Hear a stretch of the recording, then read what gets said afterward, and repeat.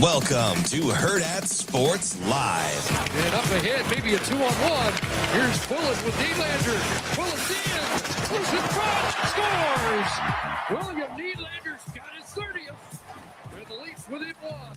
Drops it off Sabrango. Out in front. Benning's got another one. What a pass by Sabrango. Score. Lawrence ties the game at 1. No good. Back tap to Maxey. Maxey long range. Got him. Matched up with Wagner. Quickly over to Oubre. Got a three. But a solid screen on Wagner. George with the tray. Toss. Ozzie to right field. Well struck. Casey at the wall. A solo trip to the chop house for Ozzie Albies. Driven in right field. The first career multi-home run game for Sal Stewart.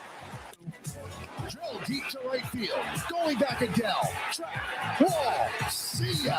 Into the judges' chambers. A long home run the other way. And the Yankees lead 1-0.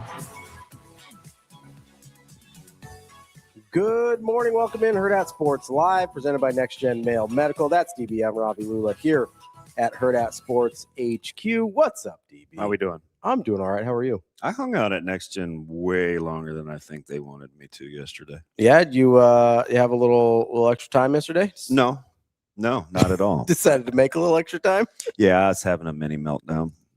So it was. What happened? What mini meltdown? You guess who wasn't listening to it? To your mini meltdown? Yeah. Anyone there? That would be Danielle. She's like, look, man. She would say things like, oh, is that because you drink so much water? Oh, wait, you don't. You don't. I was like, I just got here.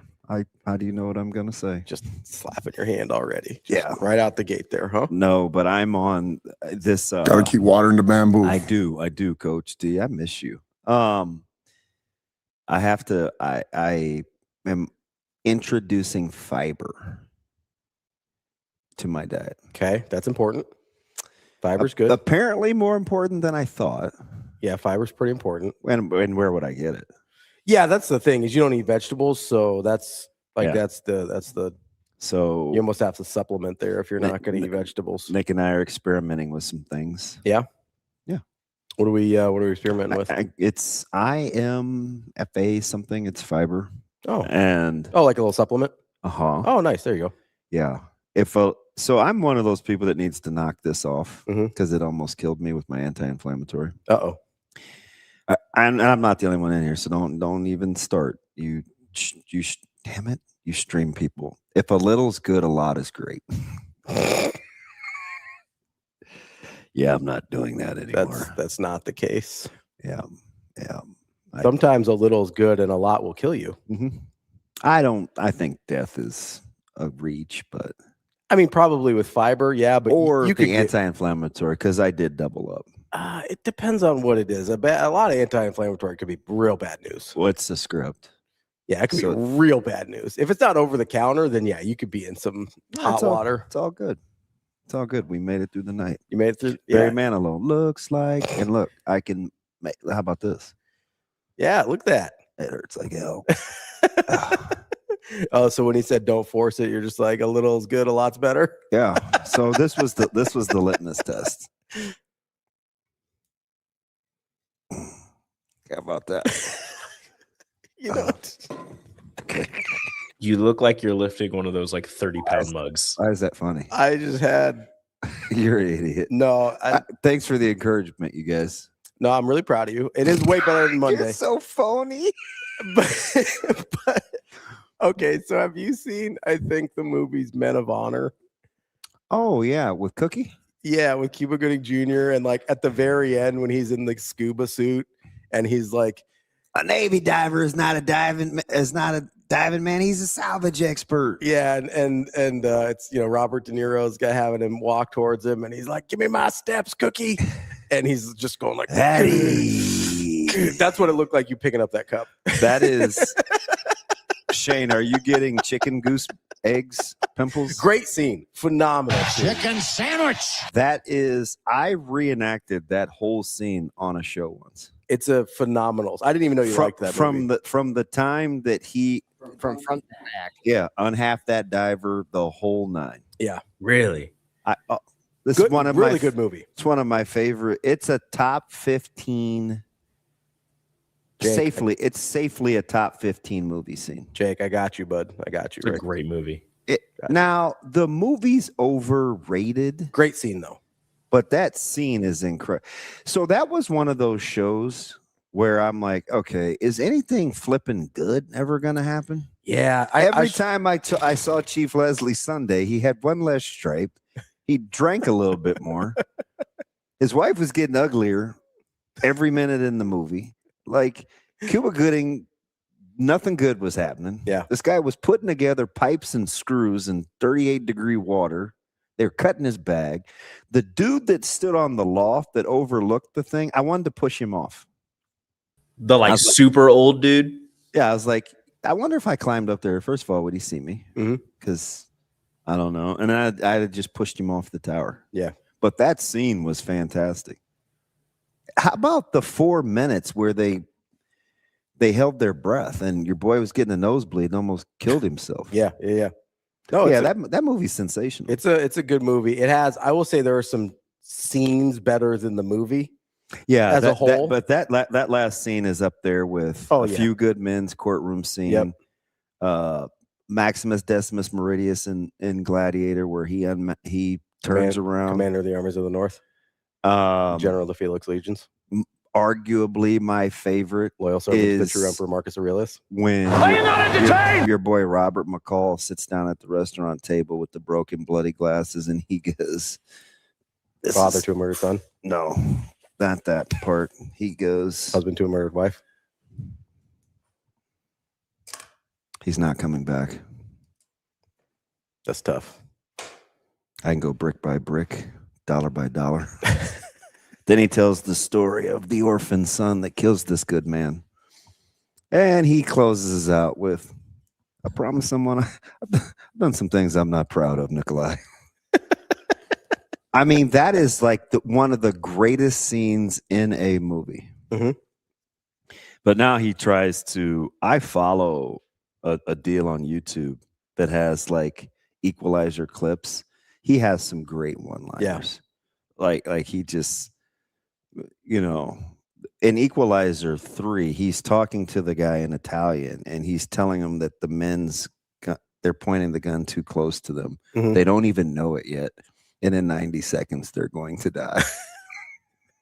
You know what's an underrated?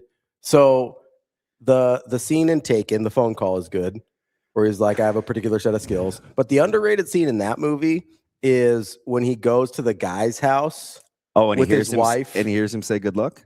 No. When he goes to the it's like an ambassador's house or something, and the guy's got a gun, but he doesn't realize the weight of it anymore. He's like, you've been behind a desk for too long. You didn't even realize the weight of an unloaded gun. That's a really good scene too. Oh, so because he realizes his old buddy is in on it. Yeah. And he's like needs information from him. Yeah, that's his former lieutenant or I don't remember the relationship exactly, but it was his wife was all cool. That's like in Equalizer 2 when Bob, who actually killed his female friend, mm-hmm. he tells the guys, he walks across the street and he goes, I'm going to kill each and every one of you. And the only, basically downside of that is I'm only going to get to do it once. And then he asks the dude's wife, who he told he's going to kill for a ride as she's taking her little girl to school. And she's like, oh, yeah, sure. Yeah. She's like, come on. And Equalizer 2 are great movies. So it's the scene on the train is one of my favorites. Hey, how about your boy when he said, I would not be looking for such a man? Yep. Denzel's like, yeah, I got you. Can I give you one? Yeah. Yeah. Phenomenal scene, but upstaged by the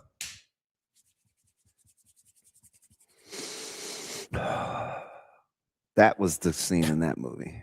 I mean, the touching of the leg and Daniel LaRusso's gonna fight. Daniel LaRusso's gonna fight. Surprise, surprise. I don't even. How did we get here? And I will have my vengeance in this life for the next. I don't know. I was waiting for you to finish it. I know. That's That's probably my favorite scene in any movie ever. Honestly, Bane, when it's not even the scene. Like, I love the airplane scene, but just the scene when he like puts his hand on, like, his open hand, back palm on dude's like shoulder. Yeah, it's just like, do you feel in charge? Hey, dude, that scene's incredible. Listen, the greatest 2 words ever uttered in that movie, low key, were "for you."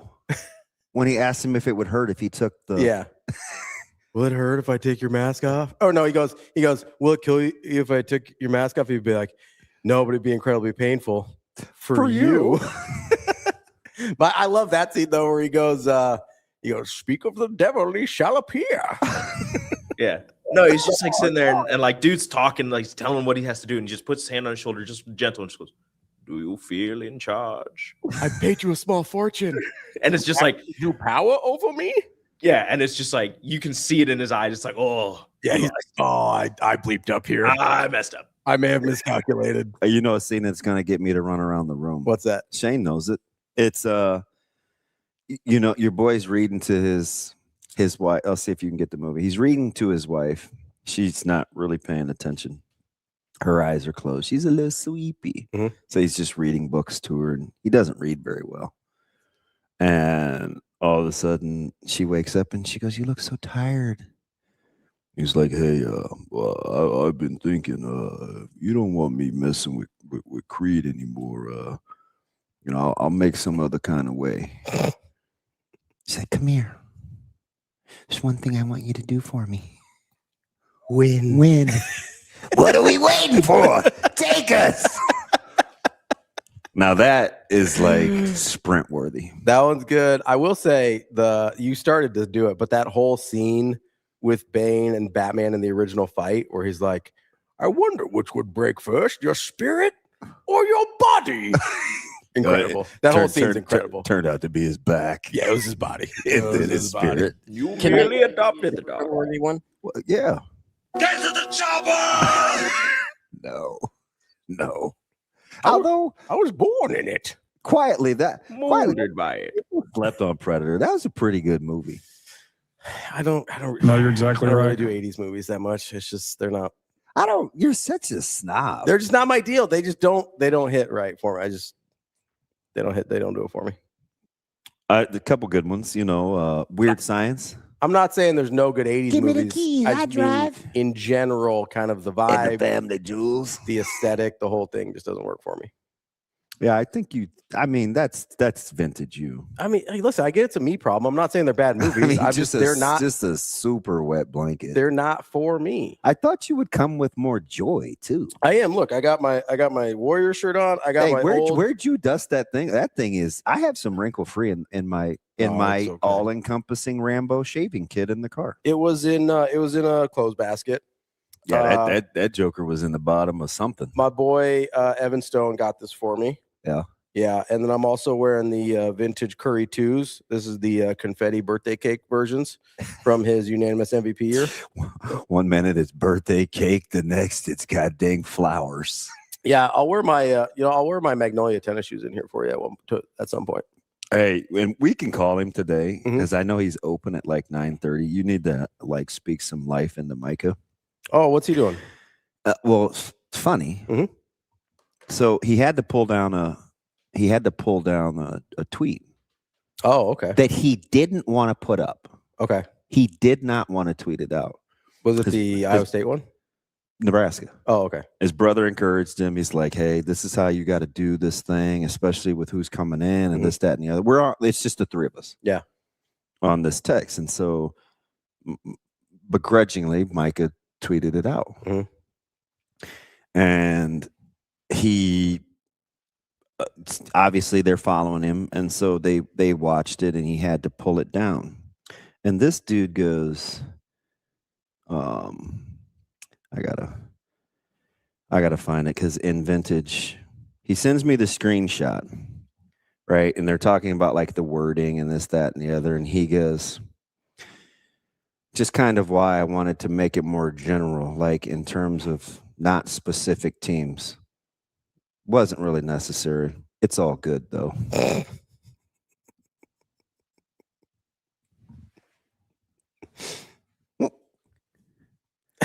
You can't make this up. That's how he talks. I can imagine, again, I know him a little bit from being around him and a little bit more from you. Like, I can imagine if he's like me, which I think he is. He screenshot me the guy telling him about the recruiting guy telling him about the wording. Yeah. He doesn't like to be chastised for something that he doesn't get, like, oh, it's this. But because he felt like he was put up to it. So that's what I was going to say. It's because it was a thing he didn't want to do. Yep. And then he had to eat it, even though he didn't want to do it in the first place. I said, look, man, send it to your brother. I would have felt some kind of way. But that wasn't the funny part. Like, if we're sitting here and somebody's like, hey, you have to do this segment. And we're both like, hey, that's a bad idea. That's not going to work. We don't want to do that. That's not good for the audience. And we're like, you have to do this segment. And then we have to do the segment. And it goes poorly. And then somebody's like, why was the segment so bad? I'm going to lose it. Right? Yeah. That's the situation we're talking about. So what's the funny part? Go ahead. It totally, I remember I told you, I have to take full responsibility because he's really me. Yeah. Like he's Kenny. Yeah. So he hears the tail end of me asking you through my text about the Kashmir chili. Oh, yeah. The chili pepper, the chili. So he walks in and he goes, would it sound racist if I knew you were talking to Ravi about dinner tomorrow? Dead dog serious. Would it sound racist if I know you're talking to Ravi about dinner tomorrow? I mean, because the backstory is I'm trying to make sure I marinate the tandoori chicken perfectly. I want all I told Ravi, I said, hey, can you ask your dad if I'm missing this or if I need this? And I'm giving myself 24 hours because I know he may or may not get back. He's not great with the phone. He'll get back to me. It's just, it may not be timely. So the Indian guy says, I'll ask my white wife with the Russian name if that recipe is correct. I'll get back to you. I didn't say. I'm like, why are you deferring? I didn't say white or Russian. I just want to make that clear. I just think Natasha or Natalia. I don't know. We got one of those. I'll just ask my Russian spy wife. So if the Indian recipe is correct, his wife. Here's the thing, though. Here's the backstory. The Indian dude. Here's the backstory. Number one. Do you know what I'm not doing in my household? Hey, when you make that fried chicken, do you? Yeah, that's not happening. Although I'm sure she does just fine with fried chicken. I'm not deferring. No, so here's the situation, right? A, you know I don't cook at all. Yeah, but not even a little bit. Aren't there some things that you should just inherently know? Well, you think it's like in our DNA? Yes. You gotta learn. You gotta learn some stuff. I'm not just like, you don't just like put turmeric and curry in my hand and I'm like, let's go, baby. I got fire. Like it's not, you know.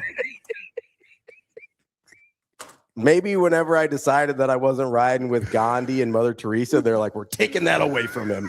He does not get to know how to make our food. Did you wake up in the middle of the night after you just decided you were done with both of them? You're just like, that's your guy though that dropped that line. I was like, Breeze, you are a funny dude. So my dad has taught Natasha how to make a lot of the stuff, so I knew she would know. Yeah, like he's like spent the time to like teach her how to do a lot. Did of I stuff. wake you up out of a 20-year nap? No, I was just chilling, so I was really relaxed. You sounded inebriated. I also. It's like 5 o'clock in the. I mean, shout out to anybody who's getting it in at 5. But no, I was. It's like, hey, no, like, okay, I'll get back to you. All right, give me a minute. Are you gonna screenshot it? I was like, this is kind of weird. No, so what had happened was I was about to get ready for tennis. But of course, you're not watching. Aren't they in Barcelona playing right now? Yeah. It's the Open, right? Which one? Barcelona. Yeah. They're getting ready for the French. It's part of clay season. It's kind of on the run up. Shout out me for knowing. Yeah, I watched your girls Verva yesterday. I need Alcaraz to kind of find his form a little bit. He was fine. He was a little rusty. Come on, man. I know, but he got smoked by Sinner in Monte Carlo final. All right. Like smoked. Carry on, my wayward son. So I got this massage chair thing, right? So I'm trying to get the muscles right before I go play tennis. And, it's very relaxing. So TMI, but carry on. I mean, it's a massage chair. It's not like, It's fine. It's like one of those little pod things. You know why I really felt bad? Why? It's because when you're talking, she had to have been in super close proximity because I could almost hear her like she's talking in the phone. And I was like, man, good on him. I might have ruined the moment. No. Because my man, you should have heard his voice. And then she's like right there. And I was like, I mean, honestly, if he would have answered the phone, that's on him.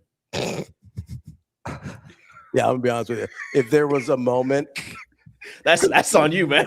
If there was a moment, you'd have gotten a call back. That's the guy that accuses me of having a million kids. I would say for certain, we know Rico is not answering the phone. If the phone's that close to me, it's getting chucked across the room. Did you get back in time for hoops? Yeah. Am I the only one that's bothered by Amazon Prime? I was actually thinking about this yesterday because what are we doing? So the NBA put out their viewership statistics for the year, right? And they're crazy good. Like, I can't believe the numbers. Almost doubled viewership year over year in terms of number of people, and then total time watched is up 25%. Like social media views is up 12%. Austin has issues. He ain't answering the phone either. Hot danger. That's funny. Cook blocking. He's been on a roll lately. So yeah, that's a good one. And so the numbers are, it's like up 86% in terms of number of viewers, up like 12% social media, up 25% total time views. So I'm thinking about this, and this was the very first year of the new TV deal where they're back on NBC and Peacock, they're on Amazon Prime, they're still on ESPN. Obviously. I was 0 for 3 on the channels. During dinner, I was like, Breeze, what channel is Hoops on? Because I didn't want to have my phone, because I don't have my phone out at the table. Mm-hmm. He's like, him hawing around, and I had to ask Siri. Yeah. And she's like, the NBA playoffs in 2026 are starting on Amazon Prime. They will be carried on Amazon Prime for the first 2 rounds. Yeah, she said rounds. I'm like, we're going to have to do this for 3 weeks? I think Amazon Prime snatched most of the NBA TV games. Dude, I think she said first 2 rounds. Yeah. And I think it's play-in and first round, and then they'll start like the right. And maybe she didn't discern between playing? Probably not. She's pretty bright, though. But she keeps telling me it's going to rain. I'm like, I think part of I'm guessing part of the increase in numbers is the NBA audience skews super young. And I think being on streaming exclusive platforms actually helps them. Like, that's probably the one sport where, like, MLB being on Apple TV or whatever when it was, or if it still is, I don't even know. I just use the MLB TV app. Which, by the way, does yours pixelate on your TV, the app? Yeah. They need to figure that out. I'll be honest. I was mad that ESPN took it over because MLB TV was like the premium streaming app. Like for years, like it comes across sometimes as blurry. Like, yeah, it's worse this year, and it makes me angry because ESPN streaming stuff has never been as good as MLB TV's. Like MLB TV was literally and they've been doing this for 20 years. Like MLB TV's existed since I was just out of high school, and it's been an incredible product. And I was afraid ESPN was going to ruin it, and it seems like they did. But I think the NBA skewing young and the way they changed their ability to watch these things, because I do think the Peacock thing is a really big deal here. It also maybe just gives them better reporting. Like being on streaming might just give you better reporting than like TV ratings. You know what I mean? Yeah. Because we deal with that here all the time, right? Where we're talking to people or advertisers or whatever, and we're like, they're coming from traditional media, and it's like, yeah, I'm not going to give you a number that means nothing to you. I can tell you how many people saw your thing. And that's originally what Bill sold me on. Yeah. He's like, listen, we have like real data. Actual numbers. We're not like hoping and praying that somebody filled out a diary correctly and it got into the right hands. Yeah. Like that is the How about how you were getting grilled at the card game? Oh, yeah. Well, Frank likes that kind of stuff. Like he's apparently we don't talk about that. Well, I was like, why do you? And then you get invited to the next go around. I'm like, guys, he's a jerk. Why are we rocking with this dude? I'm a good hang. No, Socorro's like, hey, do you mind sharing Ravi's information? I was like, for what? Like, are we being serious? Yeah, apparently, people like me. I don't know what to tell you. Dude, I work with you. I don't want to hang out. You work with them too. Yeah, it's different. I don't have to see them every day except for only 5 months out of the year. You also don't have to talk to them uninterrupted for 3 straight hours a day. Although I was dropping Breeze off this morning early, and Coach Samaji's walking in, and he goes, "Hey, what's your name? Where are you from?" I was like, "Funny guy." No, yeah, so whenever we're like on the sidelines, he asks me a lot about our show and stuff when we're on the sidelines and stuff together. So Coach Marasco, he plays for Scott's baseball team. Oh, does he? Yeah, dude, Nice. pulled up. I was like, "What are you doing here?" I don't know, man. I love Jono, but I might be on the wrong team. I told Scott, I said, hey, man, if I don't like this year, man, save me a spot next year. You guys got cool uniforms. What's your team name? We are the Omaha Cowboys. We do have the greatest logo in America, though. It's the O like in Omaha. Yeah. Although Jono was quick to tell me they had that O first. What's the other? So I don't know what they are. They're dark blue with Carolina blue trim. Oh, that's why you like the jerseys. Well, they're top and bottom. We're just shirts, which I'm cool with. Mm-hmm. I was afraid to wear your baseball pants, but everybody else did. I was like, okay. Oh, you didn't know that's how if people. So I wore black pants that gather at the bottom. They had little Nike swoosh because I wore so they'd look like maybe pants. Yeah. But everybody else were just gray and belt. I was like, all right, cool, rocking the real baseball pants. Yeah, I'm telling you though, Scott, their uniforms are sweet. Scott, what's a Minleon? Minleon? What is that? I don't know. We are Minleon? He might be a typo. Men of Leon? Is that Spanish? What are we doing? What is that? Hey, Juan, Kings of Leon? What is this? The group? How many people would know Kings of Leon other than me? I don't know. He knew. That's like a big, if you were like an adult in the early 2010s, Kings of Leon. That was a big group. I wouldn't say adult, but yeah, sure. I was in high school. It's kind of a reach. They were a really big group in 2012, 2015. Kings of Leon had a run. Yeah, they had a moment. I get it. That Sex on Fire song was everywhere for a year. Yeah. Actually, that's not what I was thinking of. That's the one that always comes because I got super sick of that one. What were you thinking of? They had a few good ones. I'll see if I can find the names. They were radio heavy. They were radio heavy back when radio mattered. So this is a little morbid, but I just keep it a buck. So I remember playing them. I was sitting on my roof. Mm-hmm. I know. We don't need detail. I need so much context. I was having a tough night. Well, it's like 2010. I know what time frame we're talking about. Right? Yeah. So I'm like, I'm up here sitting, no offense, Indian style or different kind. It's fine. Indigenous people style. There we go. And that song, feathers, not dots. That's how we differentiate. I couldn't say it, but he can. Neither one of you can. Well, I'm not technically a dot. That's for the women, but it helps people figure it out. Watch me. It's better than some of the other ones. You want to know what my white brother-in-law called it? Oh God. Okay. He goes, "Are we talking casinos or call centers?"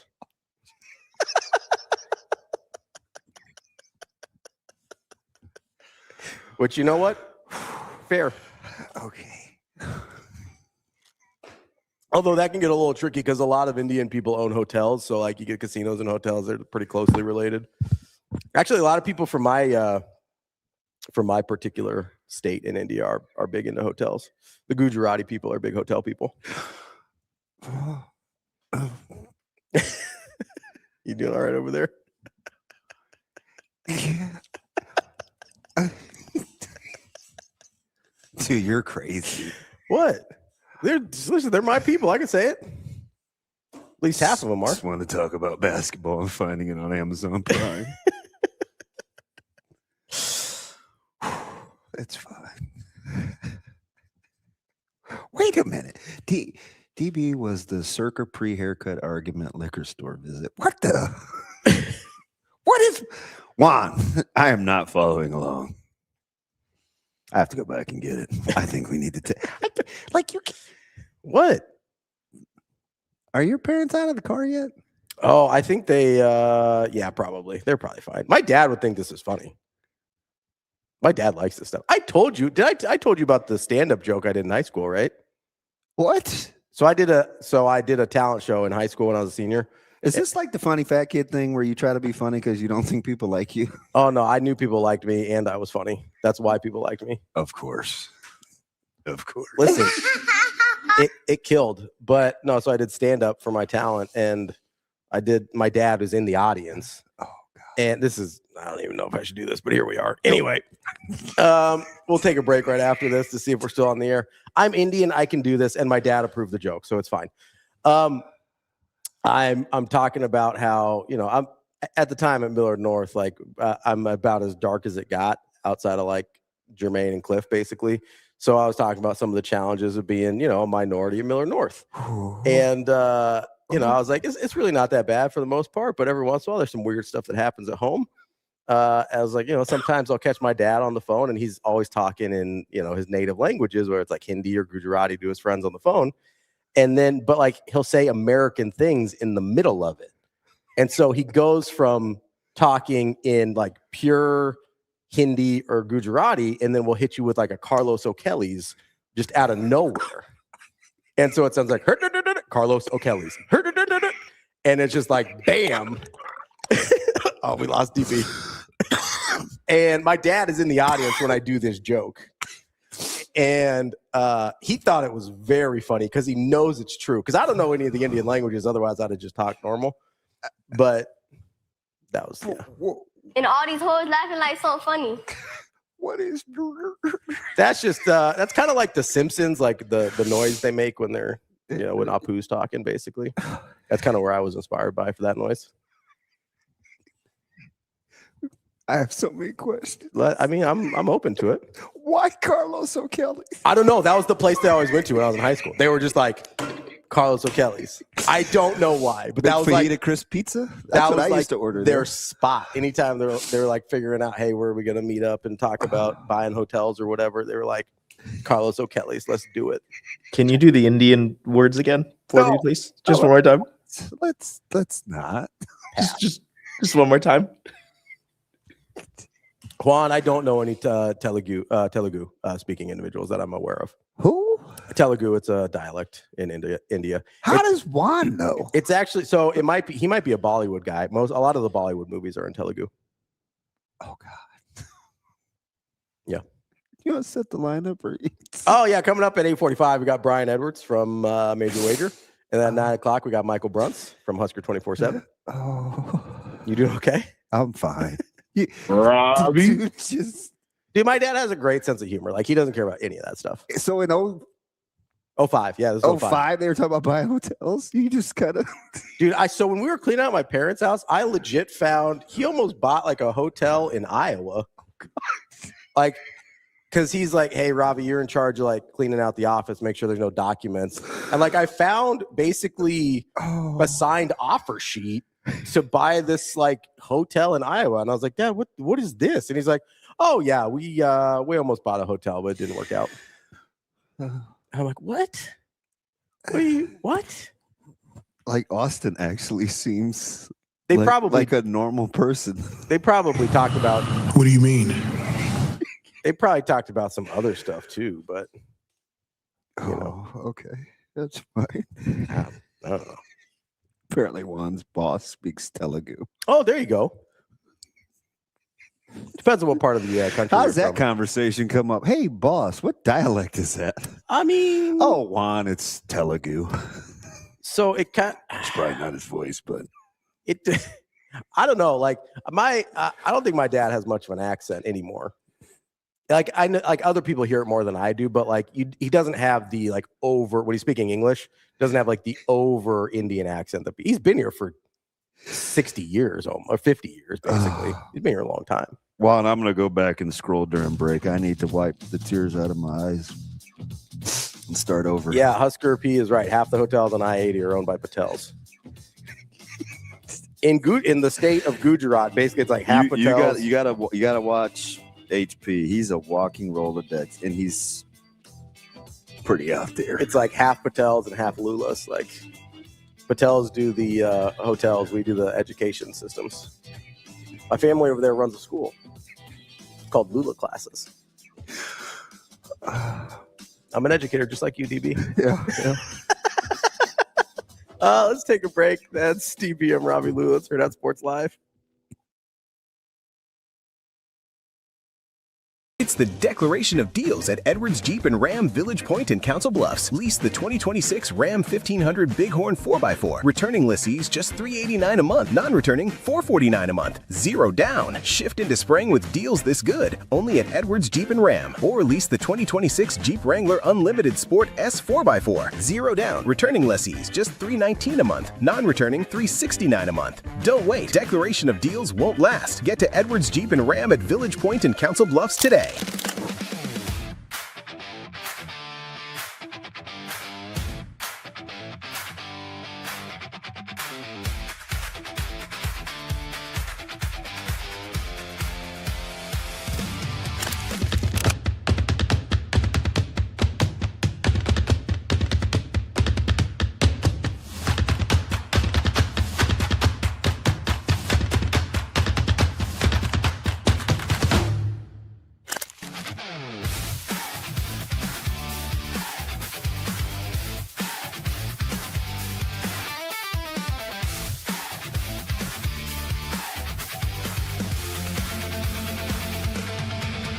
It was super fun. I mean, this has been a dream of mine for a really long time, so just getting to play with like this group and just we had so much fun out there and it went really well. So just work as hard as I can. I mean, everybody's good here, and so we all feed off of each other, and I think that's a really big thing. So just working as hard as I can and finding ways to score. Yeah, I mean, the bench was super energetic, so that was super fun. So we just hyped everybody up, and I mean, I think that kept us all pretty warm. So.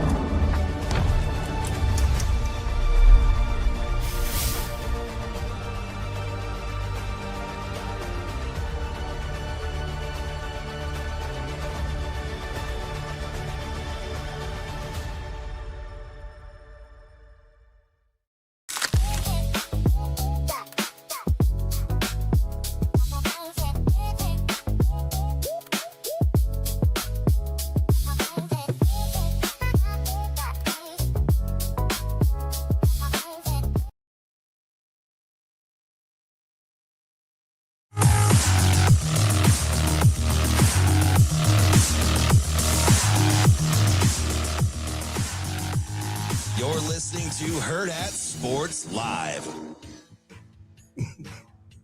Welcome back, Hurrdat Sports Live. That's DB. I'm Ravi Lulla here at Hurrdat Sports HQ. You doing all right there, DB?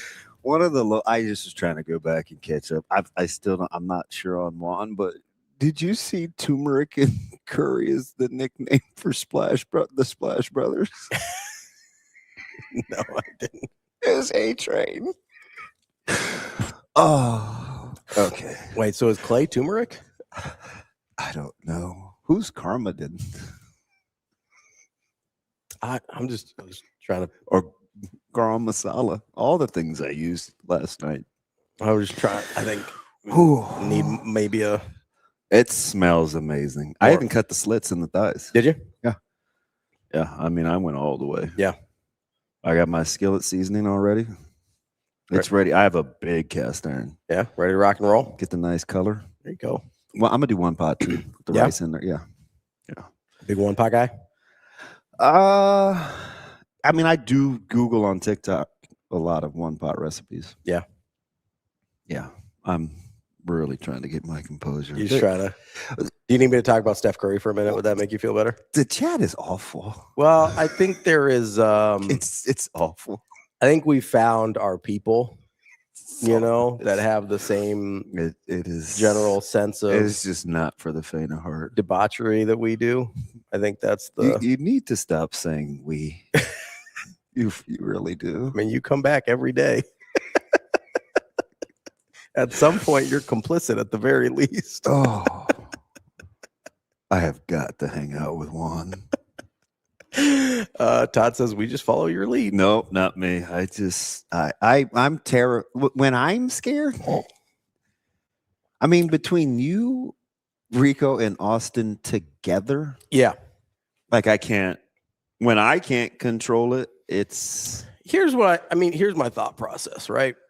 Is we are the world. I understand at any point. Bill's the boss man. He could come down, say, hey, we're done here. But what's he going to do? Be like, hey, Ravi, you can't talk about Indian stuff. You know what I mean? Like, that's not going to work.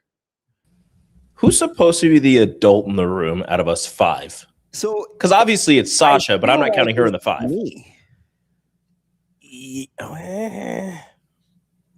If it's either of us, we're in trouble. I was going to say, so the guy who leaves food outside of his refrigerator, almost breaks his finger swinging a bat. It's very adult. Is it? Yes. Come on, man. Is that rhetorical? What if it's Shane and we were taking direction from the guy that eats baby portions? He's just out here. Little. You mean the guy who has a giant bag of gummy bears every once in a while? The guy that has a holster for his vape? Dude, I haven't. That's sick. I'm not even mad. I have an unopened bag of. Is it still in the freezer? It's in the fridge? Garage fridge. Yeah. Of all. How long you had that? It's during football season, so it's at least 8 months, 6 months. It's probably September, and I was gonna take it to travel, and I was like, I'm not going to do it. I can hold out. And then it just became a game. But I haven't opened it yet. And it's the natural flavor Albany. So guess what flavor's in there? It's the only reason I bought it. Because that's not my favorite brand. The natural flavors. Are you a black licorice guy? I'm black. No. I hate black licorice. Okay, I was going to say. I was like, that's the only. I'm black. Yes, we know you're black. I was going to say something. I was like, I can't give him an inch. I was going to say something, but you take it and run. If Robbie's the adult, he eats Pop-Tarts every day. I hate black licorice. Okay, I was just making sure that was the only natural flavor. Natural flavor. Black licorice is a natural flavor. It's like a very, it comes from like fennel. Like you can get that exact flavor from like plants. Apple, Ravi, just apple. Just plain apple. Big sour apple guy. How about them apples? No, nothing sour about it. Dude said black licorice. I feel like there was a joke in there. I'm black and I'm hoping. That was a drop. I didn't do that.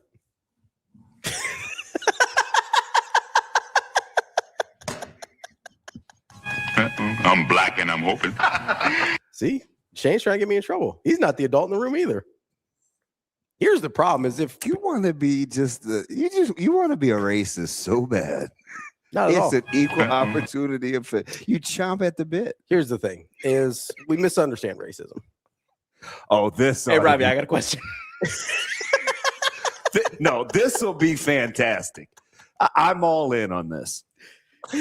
Educate me on how we misunderstand racism. We think racism is if like you're mean to someone of a certain group, right? That's not it. Because if you're mean to everyone, then you don't view anyone differently. Racism is separating racial groups and treating one differently than others, right? I'm this way to literally everyone. It would be more racist if I was like this to Shane and wasn't like this to you because you're black. I'd be like, oh, I can't treat DB like that. He's black. That would be racist. Well, you're a peach. Like I treat Austin and Rico the same because I'm not racist. I don't know about that.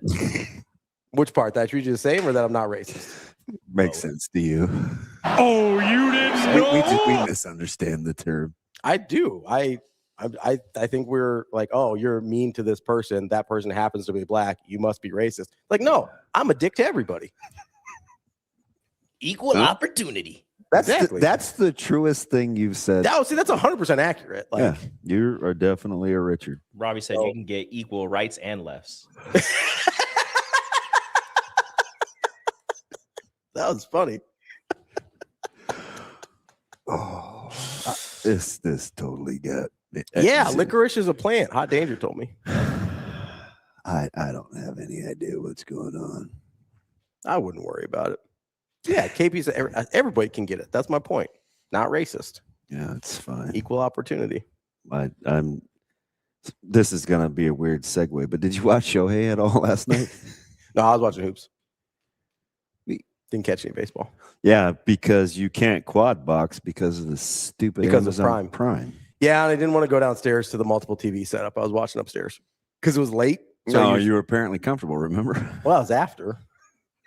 So I went to tennis in between. Hello? What's up, man? It's me. Okay, it's weird. Hang up. As it me you're looking for. It wasn't. Just wanted an Indian recipe. I just wanted an Indian. Just wanted some insight. Have you checked the cupboard? That Kashmiri chili, yeah, is a huge bag. Is it? Is that the one you got from the Indian grocery store? Yeah, last year. Yeah. Which one did you go to? 132nd and Center. Oh, the one I told you to? Yeah. Yeah. That's the best one. In my opinion. I haven't been to all of them, but awful talkative though. Well, you know. I don't need all the small talk. I think they're just trying to make me feel comfortable. Probably. They're like, he hasn't been here before. Listen, anytime any non-Indian person goes into an Indian grocery store, like they know that person feels out of place. Okay.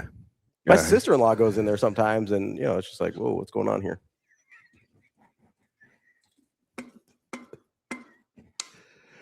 Anyway, you doing all right? You gonna be okay? My plucky Dodgers have like upstarts playing well for them. Yeah. No name household guys. Yeah, that's adorable. I'm really proud of them. Pretty cool. Yeah, good for you, man. Listen, you're gonna make me say things I don't want to say. I'm just holding on. Like I'm going to try to cheer for your Warriors, even though if this is how you're going to continue to be, who gets bounced first, the Warriors or the Lakers? The Warriors probably, because the Lakers are in the main field. Like the Warriors are going to, because if the Warriors get OKC, right? Yeah, if they win the next one playing, then they have to get OKC, and like that's a sweep. Like they're getting swept by OKC. They're just like, I'm just squeezing. I'm holding on to every I know we're in the end game for Curry, right? Like he's 38 years old. Like there's not a lot. So like he looked like vintage Curry last night. He did, but like he can't. You just like saying Curry. He can't do that for 10 weeks. Like he can't do that. He can't carry a team for 3 months. That's because the NBA playoffs are too long. That's fine, but that's what they are, and he's not like. For as much as I love him, like he's not capable of doing that at this age, right? And he doesn't have the teammates to help him out to not have to do that at this age. So like I'm just enjoying. Like last night was great.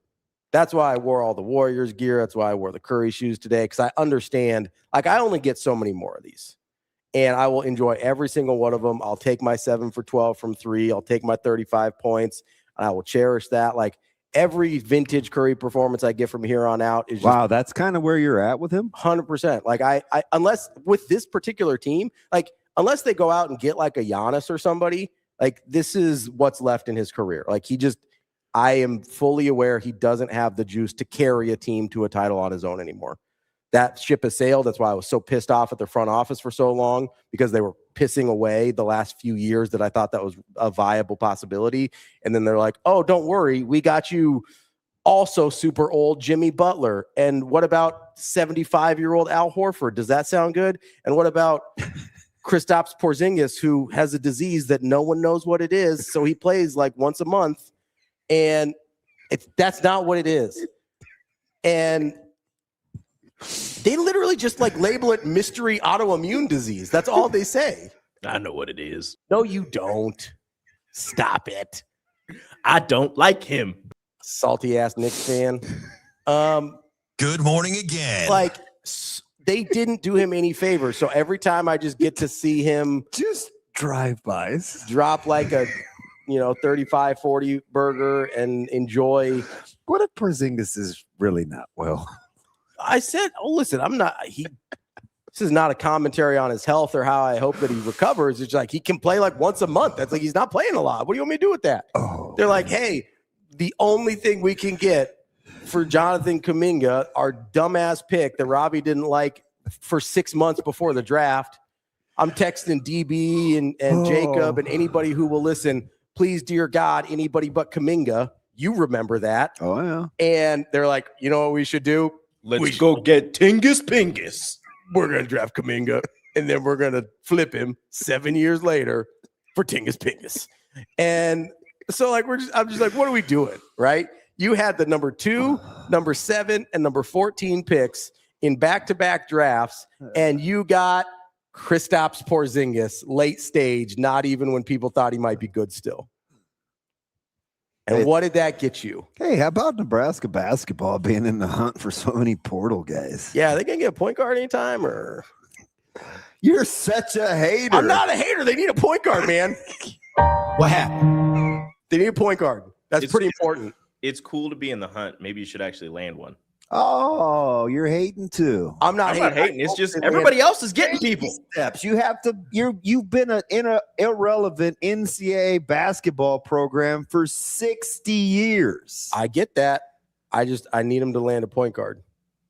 I'm more worried about point guard than I am center, to be honest. For Nebraska? Well, you should be. They have more pieces that could go that way. 0 pieces currently that can go to point guard.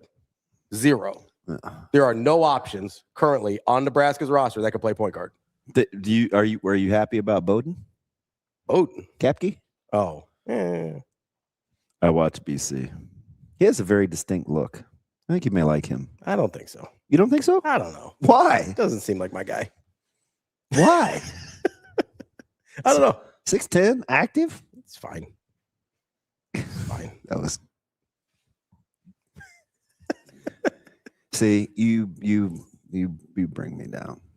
I'm gonna Josh Groban you. I'm gonna raise you up. No, it's fine. I need a point guard. 6'10" doesn't help me that much. Give me a point guard. Well, it could be. I hope they're done this week. I hope so too.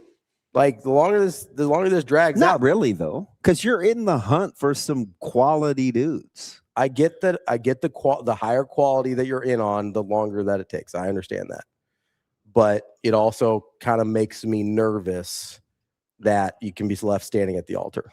Okay, like that's Do you especially at point guard where they don't have like at center. At least I'm like, hey, I actually do like Leo Curtis. I don't know if I'm ready for him to play the amount that he would need to play if they don't land a good center. But like I like there's something there, right? There's talent. We saw him play in spurts this year. Like, I'm not totally left out to dry if I don't get a big-time center. If I don't get a big-time point guard, I am in a lot of trouble. So, like that, I'm getting nervous. You mean an offensive initiator that dribbles the ball? Yeah, primary. Doesn't necessarily have to be a point. I mean, what else are we going to – I'm not saying he has to be like 6'2" to 6'4". I'm saying like a guy that's a primary ball handler initiates the offense. What else do you want me to call that guy? That sounds a lot like a point guard. I feel like I have to up my energy game. I feel as though I'm kind of getting because you didn't have one of these nasty ass Red Bulls. This is so bad. Kind of getting bullied a little bit this morning. I'm close, but I'm not letting Kenny win. I'm real bad. Let him out. Why do you keep drinking? No, because I need the energy. Out. It's close. I need the energy. I need a little boost. Do what must be done. Do it. Do it. To this day. Yeah, it's not good. This was a gift. It was given to me. Let me see that flavor. It's called Cherry Sakura. My man Boyce hit me with a line that I'd like to say to you, but I don't think you're familiar with Billy Jack. BoJack Horseman? No, Billy Jack was. I'll Google him. Don't worry. You don't have to say it. Native American. Oh, okay. He was a vet, and he was trying to clean up the town, and he told one of the gentlemen what he was going to do with his foot and where he was going to place it. He was a badass. And then he came to talk to so our first championship, that guy that Billy Jack, the real life guy, came to talk to our team. The guy that played him, or was there an actual person named Billy the Jack? actor that played Billy Jack. Thomas Laughlin? Yes. I think he went to Oklahoma, maybe. Gross. Well, at that time, I mean, we didn't hate Oklahoma. But anyway. Well, that's because Oklahoma was terrible. Isn't he from Oklahoma originally? He was born in Wisconsin. School. Does it get into, are you on his wiki? I'm on his wiki. I'm not getting to college here. I don't. Because it was like the second or third Oklahoma guy that we had talked to. One of them was J.C. Watts. And I was like, why do we keep bringing in these guys? There is no mention of Oklahoma on his Wikipedia page. That might have been the Billy Jack thing. But there's a line in there that he talks about. He went to the University of Wisconsin, and then he did play safety at Marquette. Safety, like DB? Yeah, safety and halfback. Went two ways. He was like high school. You guys have a lot of two-way players. Now, they did that a lot back then, though. I mean, it was in the 70s. It wasn't that. I mean, it wasn't like the 50s. I'm not talking about like Paul Hornig here or anything. See, that like that's just not necessary. What? Not a big Paul Hornig guy? God, Notre Dame? No? It's fine. I believe he's the only Heisman Trophy winner to play on a team with a losing record. Told my man. Is that correct? Great player. Has an award named after him. He had some questionable takes about Notre Dame's admissions policies at one point, but you guys, it's okay. Touchdown Jesus. Okay, here's my question. I've been trying to figure this out. This name doesn't lend itself to that, but I could be wrong. Was Thomas Laughlin an actual Native American playing a Native American, or was he a white guy playing a Native American? I don't want to. It seemed like at the time. Mm-hmm. Why did he come talk to us? It was motivational. Apparently, he ran for president a few times. I don't think that went well. As what, an independent? I guess. That's what I would do. He saw the office of president of the United States in 92, 04, and 08. Yeah, maybe we were like post-campaign Billy Jack guy. Coming right off 92, coming right off the presidential campaign, I guess. I don't know. I don't know. I'd vote for you, DB. Ooh, that's tough. No, not that. Sorry. I just found out that Tom Laughlin was, in fact, a white. Are you down on the fact that he was? I mean, there's no Native American actors you can find to play a Native American guy. Not really here for not really here for Ben Kingsley playing Gandhi either, but Gandhi sucks, so I'll let it slide. I mean, it'd be like if Angela Lansbury played Mother Teresa. Like, what are we doing? Where is Sasha? I don't know. Well, man. Jack's got the answer there for you. Cactus Jack? Somebody with some sense. What did Jack say? I don't think you could say that. Yeah, I'm not going to repeat that. Not going to repeat that. I am also one of those. I can say it if I wanted to. Keljam, Ben Kingsley's like an 8th. That doesn't count. I truly don't recognize what we're doing. All right, I'll give Ben Kingsley a pass. It's fine. Jack? Yeah, it's Jack. Shane, I'm gonna be honest. This is your fault. You know that, right? Oh. Why is this my fault? Because I got up today? No, this is what happens when we don't have an 8 o'clock guest. Oh. Just things get wild. Me and Austin were just talking about that. Let's take a quick break here. We've been doing this for an hour, so we're gonna stop. We're gonna try and regroup. You're just breaking because you have to take breaks. We're gonna talk. Well, Suave actually was producing and said how many things we had. Yeah, to that's hit. actually really helpful. That's helpful. Because Shane reminded me. Like Sasha yelled at me about the other day, and I was like, "How many am I supposed to take? Like, if you don't tell me how I'm supposed to take, that was a fantastic conversation. I'm just not gonna." I don't know. I think she needs to get here ASAP. This is very bad. I don't even know what that is. Thank you to my guy Devin from Miracle Hills. My tennis coach gave me this because somebody gave it to him. And he's like, I'm not going to drink it. And I was like, I'll drink Red Bull. Sometimes I get a little energy drink in the morning. This flavor, very bad. As it's disappeared. And listen, I need the energy. What do you want me to do? You don't need anything except You're right. A muzzle. I'm energized by the performance of one Wardell Stephen Curry. Shout out, my guy. Let's take a quick break. That's DBM Ravi Lulla. It's Hurrdat Sports Live.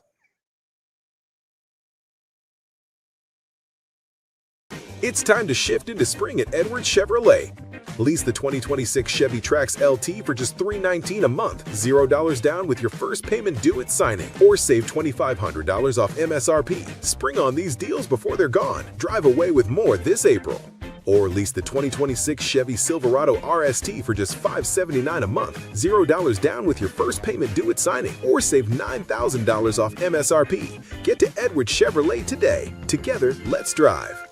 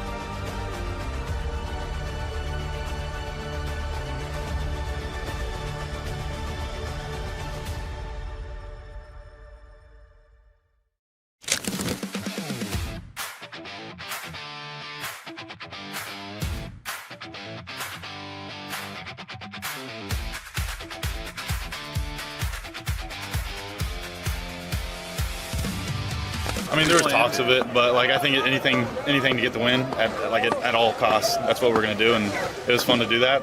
First time in a while coming out of the pen, so it was super fun. We kind of have a list of who's gonna go in, like certain innings. Obviously, the game will tell, but yeah, I think it's a lot more jittery and a lot more blood's flowing a little bit faster when you come out of the pen for sure. We don't necessarily care about Creighton. Whoever we're playing, we're gonna give it our best shot, and sometimes we lose. That's baseball. So we came out on top today, and boys, the defense played great, so that's all we can ask for.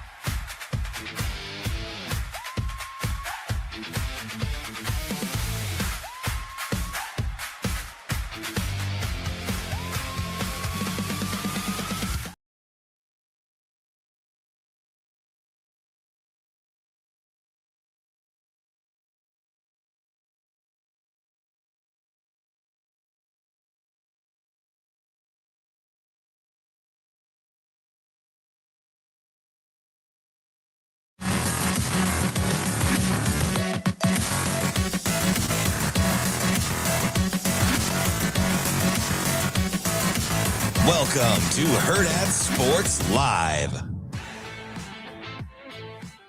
Welcome back, Hurrdat Sports Live, presented by Nextgen Male Medical. That's DB. I'm Ravi Lulla here at Hurrdat Sports HQ. DB, I'm going to give you some options here. Local transfer portal news. We could do local transfer portal news. We could do. We're a week out. I don't like when you pose these options real time. I know, but I want to give you options. I feel like we should be more prepared than that. Listen, we're very prepared. By the way, tell by the first hour. Did somebody re-square that, or was that me from yesterday? That was you yesterday. Yeah, it looks a little better. It's fine. It's fine. I mean, I like the I liked the Jackie Robinson. You know, we had Jackie Robinson Day yesterday. We did. Big fan. En route to a grand slam and an 8-2 win. And the Mets continue to struggle to score runs. That's pretty good. Ooh, the Dodgers are good at baseball, man. I get it. Dude's on a roll, isn't he? Yankees with back-to-back walk-off wins. So are we? I asked this the other day. I'm going to ask it again. Are we on Trout watch, or is this he's just hitting dingers off the Yankees? He hit another one. What do you For mean? a guy that's hitting 220, he has 6 dongs. What do you mean by watch? Like, are we? Like, is Trout back?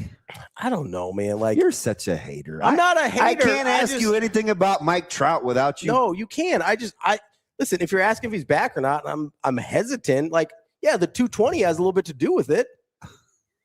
Like, that's not who he's been historically, right? Like, we're talking about back. He's hitting bombs. Okay, cool. Like, but that's not who he was. That's part of who he was. Well, I mean, the I mean, like, is he back because he turned into Richie Sexton? Like, what are we doing here? Like, oh, we got Adam Dunn version of Mike Trout. Cool. Like, he's doing his best Kyle Schwarber impersonation. Like, what? Like, that's not who he was. Part of the reason we freaked out. I'm ramping up. Part of the reason we freaked out about Mike Trout is because it was the whole thing, right? Lots of people hit home runs with really low averages. That's sort of baseball now, you know? Yeah. So I'm having a hard time getting But they worked didn't up. play center field as good as he does. He doesn't play center field as good as he does. Wow. That's just rude. That's accurate. He's 34 and like broke his back. Like he's Christian Bale after he comes back. Like I actually think his back is the one thing he hasn't. No, he's up to around he did break his 240 back and he's playing right field. So you guys are both kind of right. Like this isn't a who right he was. fielder now. Yeah, like because he can't play center field anymore. Physically, it's too hard on him. If the Red Sox were better, would you be happy? They beat the Twins yesterday. You should like after losing the first 2 games by an aggregate of like 38-0. Congrats, we beat the Twins once. Hooray! Garrett Crochet gave up another run just now from game 1 still. He gave up like 11 hits in like 14 minutes. BRUNTZ's A's are playing well. Why would that make me feel better? Oh, no, you should cheer for your friends. Yeah. Come on, man. Oh, that's right. That's not a chance that's happening. Again, why my coaching staff wants you in our circle, I have no idea. I don't know. I think I'm fun to be around. Yeah, just a barrel of Rico, don't shake your head. You stop getting free lunches. You start doing that. he's got me kind of censoring myself. I can't even say a barrel of monkeys. Sure, why not? I'm not messing with you. Don't censor yourself, Damon. I'm not. There's no rules. I keep telling myself I'm not gonna stoop, but it gets harder by the millisecond. Where are we stooping? Like Bob? All Mark? right. That's not. That was stupid. That's not even remotely funny. we're doing too much. Okay, so Tater Salad says, he says Mike Trout needs to win a World Series. Do you care about World Series in baseball? They're like individuals. They're on this empty stats thing. If you're gonna placate them, knock yourself out. This is apart from that. Do you care about guys winning World Series in baseball for their legacy? No, I don't it's either. not even remotely. It's the relevant. one sport I don't think it matters at all. No, not at all. Basketball is the most important. Yes or no? Yeah, I don't know. That in football is tough. I think that's tough. I mean, for quarterbacks, we certainly do I it. just got into this argument over this tweet the other day between Mike Evans and Calvin Johnson because Mike Evans has significantly better stats than Megatron. Career now? It might not even be that close. Let me check here because I'm not aware of this. I know Mike Evans has crazy stats, but I've never looked at him side by side. Dude, it's 49ers great Mike Evans, by the way. No, I'm serious. The tweet has the graphic overlay side by side. Hey AJ, it was on X. There's a Mike Evans, Calvin Johnson comparison, and the caption says, "Who's the better receiver?" I'm dead serious. All right, so I got the and the only reason it got my attention is because I think I told you during the season last year when Mike Evans got hurt and I was trying to defend Baker Mayfield that Mike Evans was arguably the best receiver we never talk about. Mike Evans is phenomenal. Look how quickly this dude is sick. He is a Do we have it up? It's up. Wow. It's up. The 22 more touchdowns is damning. Yards per catch, similar. Way more receptions, more yards. Yeah. And it's not like, I mean, it's not like you can make the quarterback argument either. So this is my question about football. Mm-hmm. If Calvin Johnson had won more meaningful games, not to do the whole empty stats thing. No, I get what you're saying. So A-Train, why do you say that? Where did he say? He said Calvin Johnson is better, and it's not even close. I think Calvin Johnson is physically more talented. Mike Evans also has those stats in 41 more games. Right, but I mean, with the average stats are close too. Like the yards per catch is 15.2 to 15.9. Like we're in the very, like we're in the neighborhood there. And Sid, I saw somebody with a Bayern license. Bayern is in Munich. I always say Munchausen. With on the Munchausen by proxy, where you poison your kids to get sympathy for. That's what you're talking about, right? Yes. Okay. Somebody had that license plate yesterday. I wouldn't advertise that. No, it was weird, and it was on a Nebraska. Oh, like the red plate, like the sports specific Nebraska football plate, but it said Byron. Really? Yeah. That's a little soccer. odd. Yeah, soccer fan. Big soccer guy. No. I wanted to talk about USA and Japan yesterday in terms of upsets on the day, but it wasn't really an upset because she did shuffle her lineup. Yeah, it wasn't the A team really. No, and Rodman didn't play until like the 60th minute. Still would like to think you can win that one anyway, but I don't know. Japan beat them last year. Same deal. Yeah. I'm a big Premier League fan. Yeah, I don't know about the not even close though A-Train thing. I think we look at you're the guy that was honking for Evans when you wanted to defame Manziel. Are we sure that Mike Evans didn't make Johnny Manziel? I mean, I think that take has aged really well. I don't know not in college.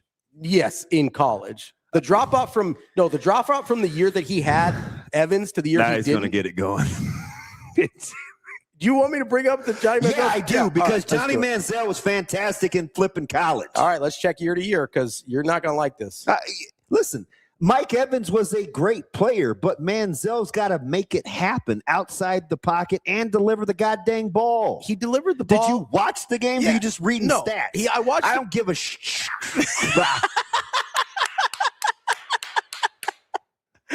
I watched him throw YOLO jump balls to Mike Evans all year. Jump balls. All year. Jump balls. Yes. He was throwing jump balls. Yes. Making plays in the pocket because they couldn't protect him. He was only throwing jump balls. So Mike Evans only caught 50-50 balls? Mostly, yeah. You're killing me. He caught a lot of 50-50 balls. I'm just saying, he did go up in passing touchdowns. He threw more interceptions the second year without Mike Evans. I'm just saying. Oh, God. Mike Evans was, I think, a pretty big factor in why Johnny Manziel. Sure, he was. Manziel was really, really good in college. He was really good in college. And a lot of times, especially in the heyday of when he was destroying Bama, he wasn't perceived as the best player on the field, but he played the best in those games. Like, you cannot take that away from him. Don't give me that Mike Evans crap. He was a phenomenal college football player. He was playing way above his. We're talking about college. Why the designation? Because he wasn't a good pro. No, here's what I'm saying. Without Mike Evans, we're not talking about him in even the same stratosphere that we currently do as a college football player. He's a very good college football player. Okay. That's all. All right. It's a good runner. He was a good runner. He got bailed out a lot by Mike Evans. Okay. That's a fact. Listen, Emmett, I don't love Manziel like that. What I hate is the slander because his career didn't turn out the way that we wanted it to. If we rewind and take it for what it is when he was in college, separate from the NFL, he was sensational. I hate how we go to the end just to disparage because the career wasn't what we wanted it to. I almost look and that's kind of what you like to do. No, I don't even look at Johnny Manziel as when I think about Johnny Manziel, I don't even remember that he played in the NFL. Like, I'm only talking about college most of the time because he didn't really have an NFL career to speak of. Like, there's not even really a sample size to go with there. Like he played so little in the NFL. Like I don't like. There's nothing even to go on. Mm-hmm. I like. It's kind of like Tebow. Like I don't use Tebow's NFL career. It's just like he was what he was. I'm not. You know what I mean? Yeah, but I'm also a guy. Like this isn't really what we're talking about. But like to talk out of both sides of my mouth, I also think Tebow was overrated in college. Sure, and that's fine. And I've like listen. I've looked back at. Like he was a lot of like he was a lot of like 4 yards, and we think of Tebow. We probably think of KJ. Is that a hot take? Like a lot of guys that win the Heisman play with good players. I think we think of Tebow the way like WTA, like Manziel actually was in college. Is that fair? What's that? We think of Tebow the way Manziel actually was in college. Tebow didn't make the big plays the way Manziel did. Like Tebow was a lot of like 4 or 5 yards a carry. Yeah, like 4 or 5 yards. Yeah, right? I know. He wasn't the like goal line short yardage runs. Like I think of him as like the Eddie George of quarterbacks. Tater, I used to defend you, but the more you talk, the more I think you just like to argue. Like because you don't really make a ton of good points. You just say things to the contrary. When I say overrated, for the prowess that he makes the lists of great quarterback play in college, I think is a little laughable. We bottom line it because of the Heisman voting and the amount of rushing touchdowns he had. Yeah, the accumulation of throwing screens to Aaron Gonzalez and Percy Harvin and QB run game is really, really good. It isn't prolific the way that I would watch like Baker Mayfield make plays at the quarterback spot. I know I have to be very specific for people that think super linearly, but given the fact he scored a bajillion touchdowns from about 5 yards away, it doesn't move my needle. So grown-ups that LOL make me laugh. Tebow was a great winner. You're too old, probably, Tater, to be like.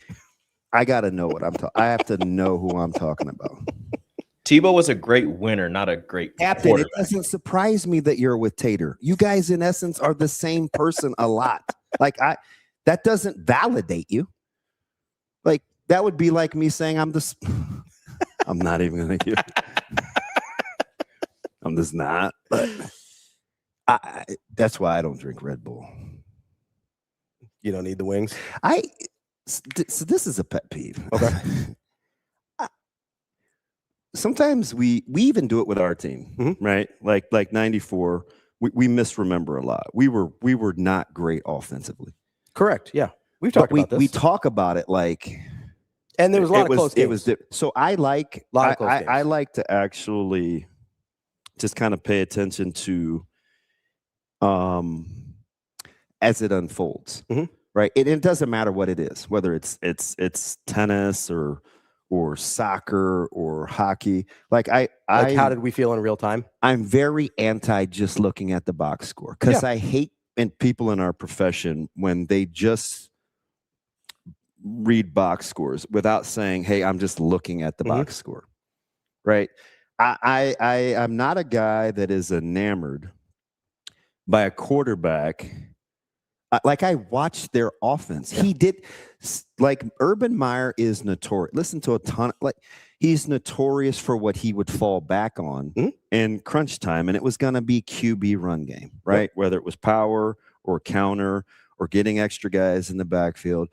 And he was very content with 4.5 yards a carry, which is, hey, listen, that's great.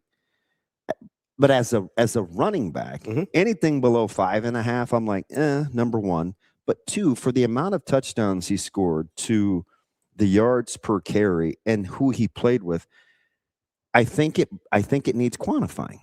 I think that's fair. Like that's how I like to look at stats. Like I'm just like if I look at Derrick Henry and I see 2,000 yards, like I like to look at the runs. Sure. If I see famously Emmitt Smith, right, and I know that in 94 he averaged 5.5 yards per carry before he was touched. Like I'm going to factor that in. Yeah, that matters. It's different than me just looking at he's an MVP caliber guy. I'm not taking anything away from the data. It's just that I've reserved the right on how impressive I actually think it is. Yeah. Right. If I watch Amir Abdullah, why do I have an affinity for Amir Abdullah? Well, I have an affinity for Amir Abdullah. I put him. He made a lot of chicken salad. This is fairly controversial, I think, in terms of natural runners, especially with my peers. Mm-hmm. Like, I think Amir belongs in. This is kind of a hot take. When I look at just running, making guys miss, natural runners, like, I don't have any problems comparing Aman and Amir as runners. You think Amir's a better natural runner? He's a than better Aman. natural runner. Yeah. Like, I don't know if that's and listen, AG's my guy, but really good. Really good. When I'm just watching it and I'm seeing it's like,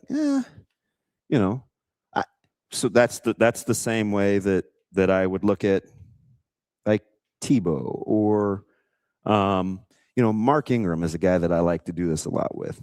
Sure. Because I used to have to vote. I don't know the stats thing. That's why I bristled up at Manziel. Like, what was the hot top? I don't love Manziel. I'm actually watching the games, though. Yeah. The 50-50 YOLO balls, like, that's not true. That's not true.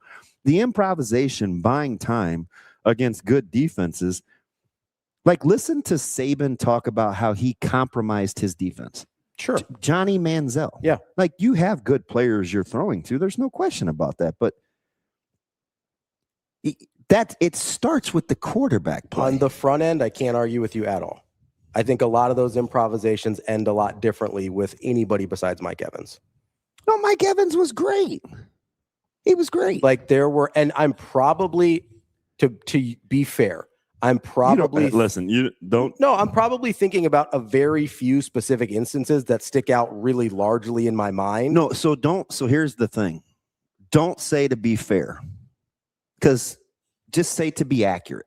Okay. Don't do me a solid. Right? Because fairness implies like that you're conceding the fact that you need to do what's right. I'm conceding the fact that you made a point that I need to acknowledge. Yeah, just start with the facts. Which is, I call that being fair, but that's whatever. There are probably a handful of instances where Mike Evans comes down with very big 50-50 balls. I just think we confuse fair and right. That outweigh or that have an outsized place in my mind when thinking about Johnny Manziel. Yeah. That's probably a more accurate way to put it. And to think this started with we were talking about portal transfers. I'm still trying to talk about the NBA, but that's okay. It's more popular than people think. I don't disagree with that. It is. I mean, the numbers don't lie. Like, that's I don't. We talked a little bit about that in the first hour. Like, the numbers don't lie. Like, you can't make up an 86% increase in total number of viewers year over year. Hot danger. That's what did he say? He said he's a better athlete. That would be good. Who? When I think of athlete, do I think of who could do more things? I mean, when we can get into this if you want to, but that's a totally different conversation of like, what do we consider athleticism? Yeah. Because I think everybody defines a little bit differently. A lot of people are like, how fast does he run? How high does he jump? I think of athleticism as, in the simplest form, just body control. Yeah. Like, what can I do think that's an underrated. Like, what? I think that's an underrated aspect of it, because of athleticism. I would, and not to make everything about Curry, but like I know like Curry doesn't jump high, he doesn't run fast, but like his body control is unbelievable, right? And I also think being able to repeat a motion in less than ideal circumstances, right? That's so whether that's Curry on a shooting form or like Alcaraz on his forehand, like when you can repeat a motion that you've done a million times, but do it under duress or under like quarterbacks are a good example of this, right? When you can throw a really good ball and get your shoulder square and things like that, when you don't have, like when somebody's around your feet and you can't step into it, like that's really good athleticism to me.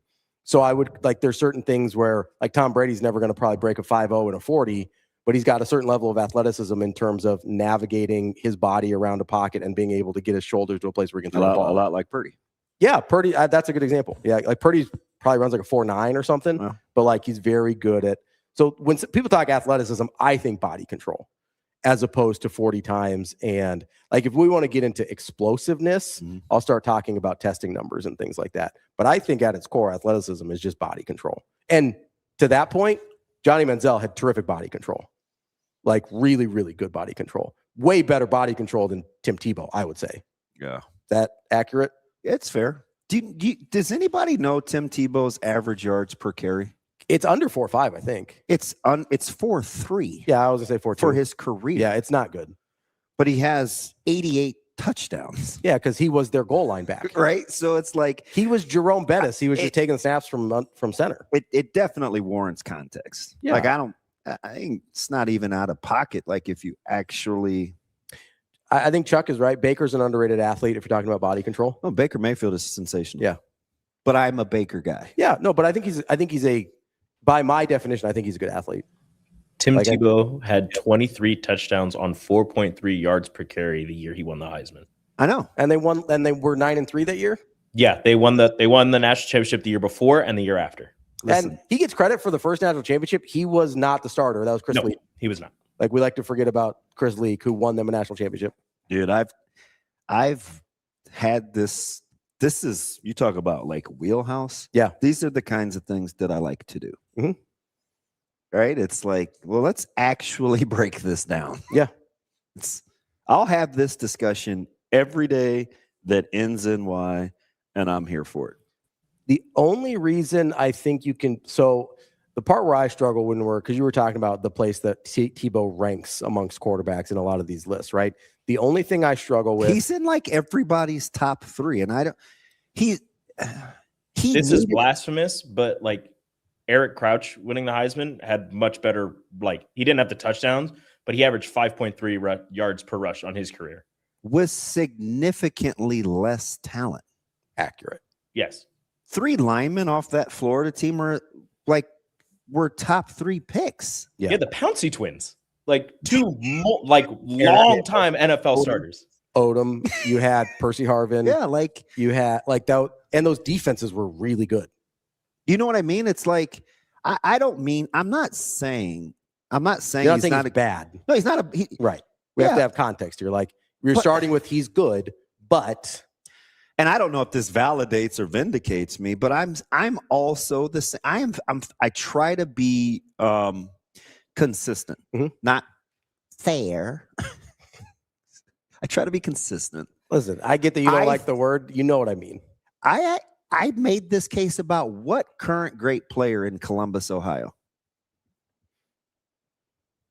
What current great player in Columbus, and so Ohio State, still on the team? Oh, Jeremiah Smith. Yeah. For multiple years, I said, guys, I don't know. We're on the same page on this one. He's really good. Yes. But within the context. But we talk about him like it's mythical. Yeah, like he's otherworldly.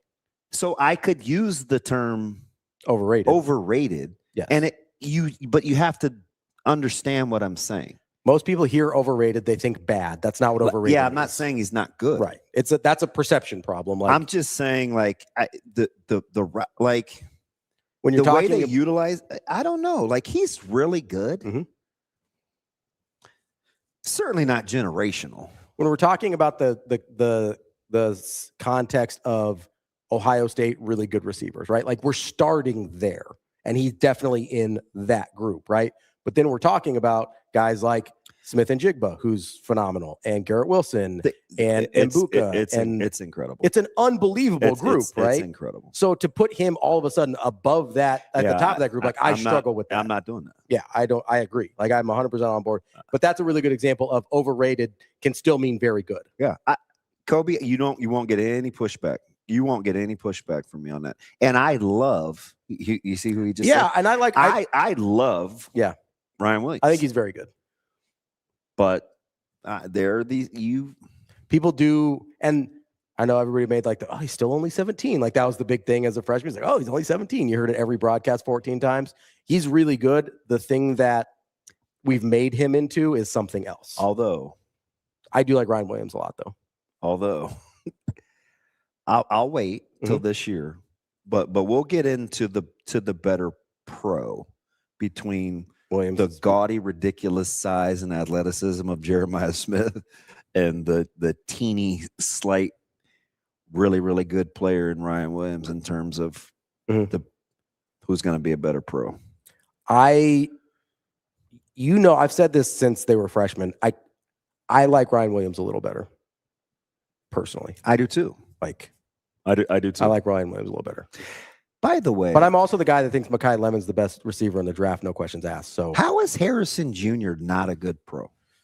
Are we saying it's Arizona? I don't know. I do think that context matters, but he's been disappointing for sure. I mean, let's not pretend like Larry Fitzgerald didn't dominate in Arizona with as bad, if not worse, situations, right? Like we've seen really good receivers still be really good in really bad situations. It's harder for sure, but I mean, Larry Fitzgerald had 3 years of late stage Kurt Warner, and that's about it. Yeah. He had a couple Carson Palmer years in there. Again, end of career Carson Palmer. I always have to slow down as opposed to knee-jerk reactions because I have an affinity for Larry Fitzgerald. So it's like huge fan. I got to make sure that I listen to this in. Huge fan of Larry Fitzgerald. Just so. But I mean. But his quarterbacks were as bad as any great. How is Trey McBride more of a factor? Is it a product of, Arizona? Marvin Harrison listen, and I said this last year. Yeah. I thought Michael Wilson was the most underrated wide receiver in the NFL. How is Michael Wilson a better pro than Harrison Jr.? He's got to have almost twice the catches. Pull up their stats. Yep, I'm bringing up Marvin Harrison. I'm going to say 75-45. So Marvin Harrison was at 41 last year. And then, sorry, who was the other guy? Can't cross my finger. Who was the other guy? Sorry. Michael Wilson. 80? Michael. Come on, baby. 80. Let's see what we got here. God, fat fingers. What World's takes so best Googler, 78. That's close.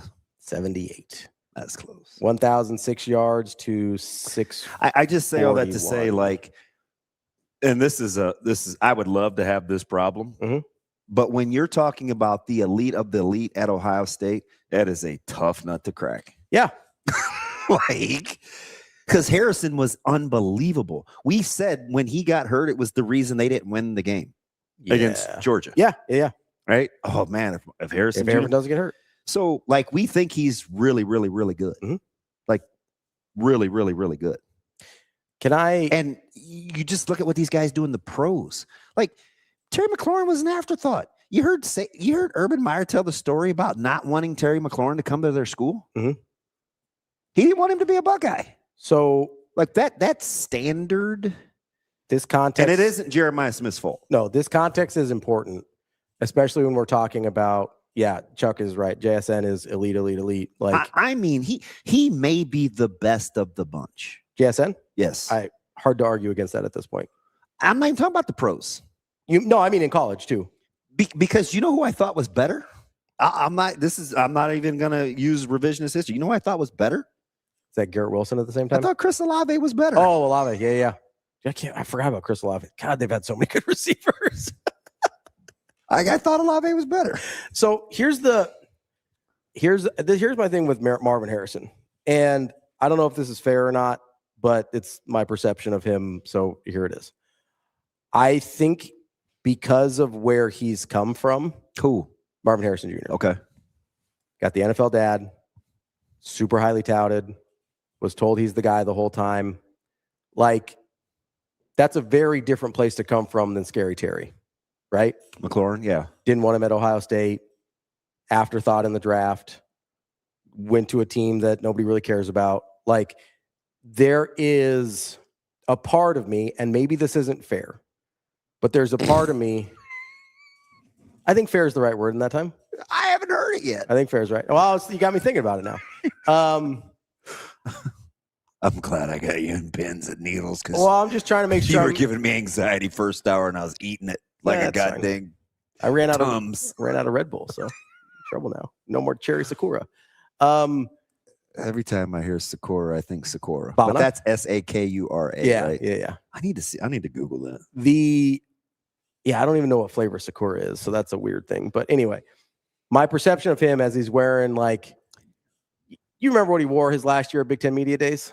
Yeah, we were right next to each other, and I was like, yeah, maybe that's not fair. I have to be careful. But within the context of being, my man was showing me his accessories. He pulled open his sport coat, and I was like, yeah. And he comes from I remember super privilege. Comes from, and his dad's a tough guy. His dad was okay, but like a lot of tough guys don't have tough sons. Like once they make it, a lot of times it doesn't go that way. That's anecdotally, but I think it's true. Yeah, I don't know. If you're a tough guy and you like really make it, a lot of times your kids aren't like that. I got to be careful here. I got to be careful because I was. So you remember Real Time? Mm-hmm. After that whole production, I said, yeah, I don't know, man. Like, I don't know how that's going to play.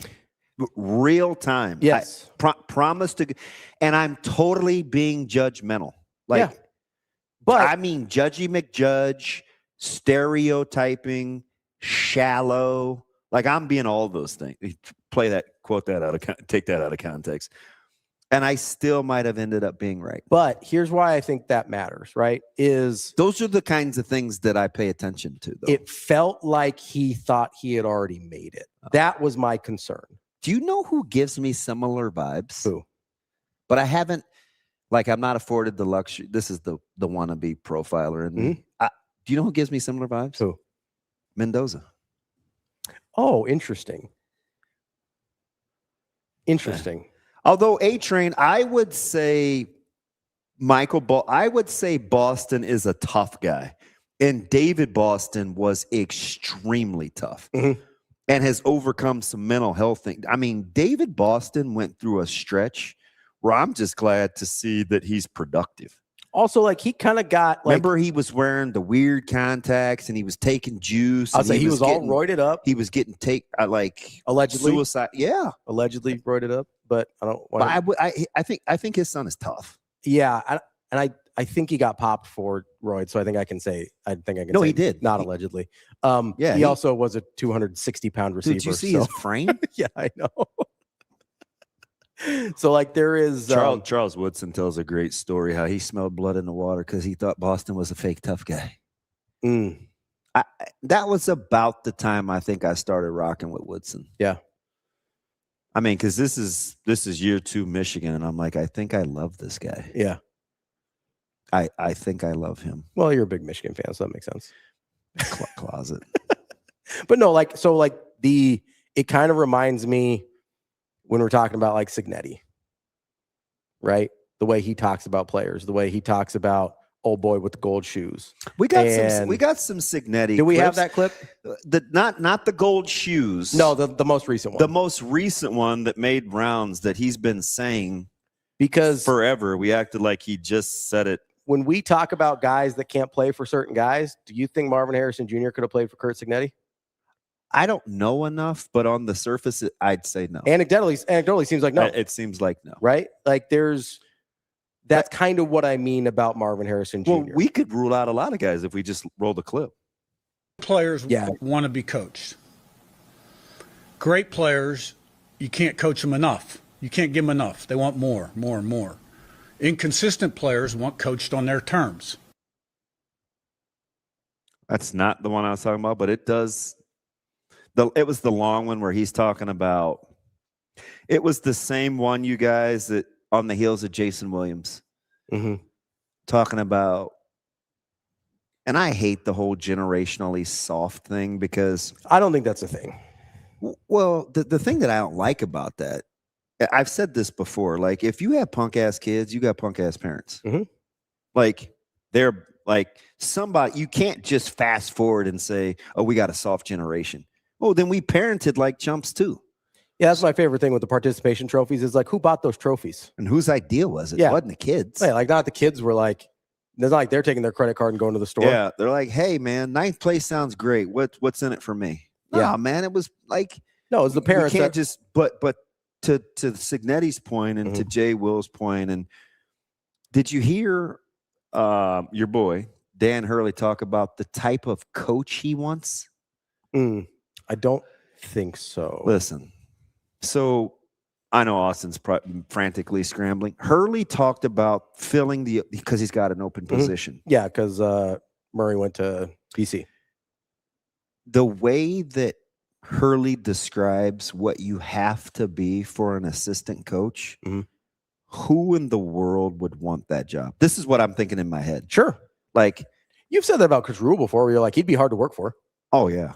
So that's the misnomer about him. Yeah. If there's two things that really get me to bristle up about that I think are mischaracterizations of Coach Rule.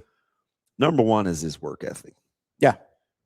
And two is how we question how authentic he is.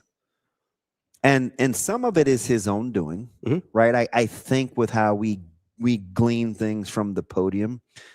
But you have to watch him on the day-to-day, and ask what his players think and his staff thinks of having to go to work for him every day. Like, we're watching, we can say, like we're watching like high school film. A couple really good players in that weekend, and just his critical eye versus the fluff and what surrounds the actual player, like reputation versus film. I get a chance to see real time.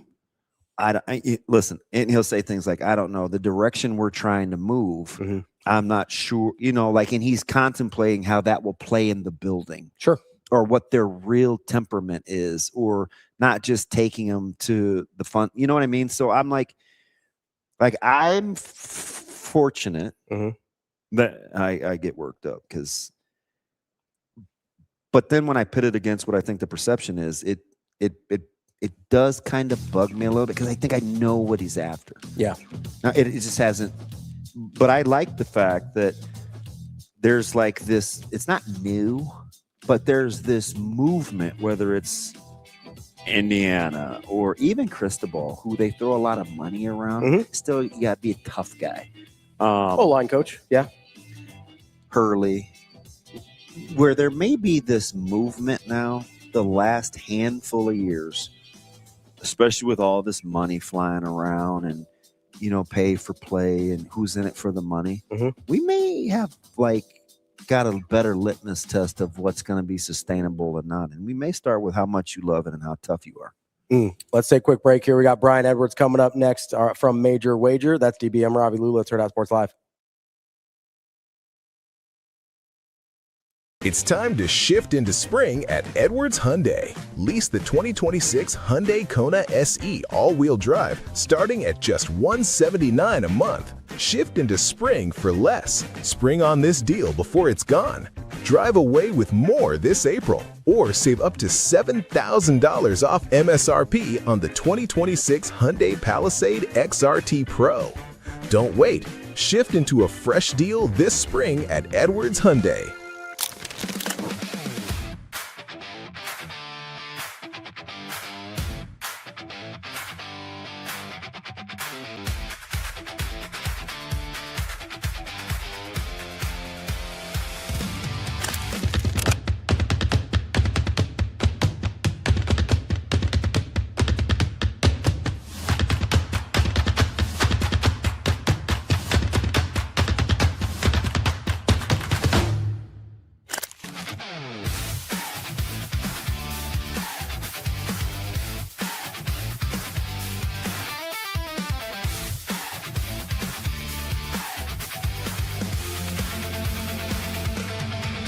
Second inning. Yeah, just continuing to play hard and just going out there trusting your brothers.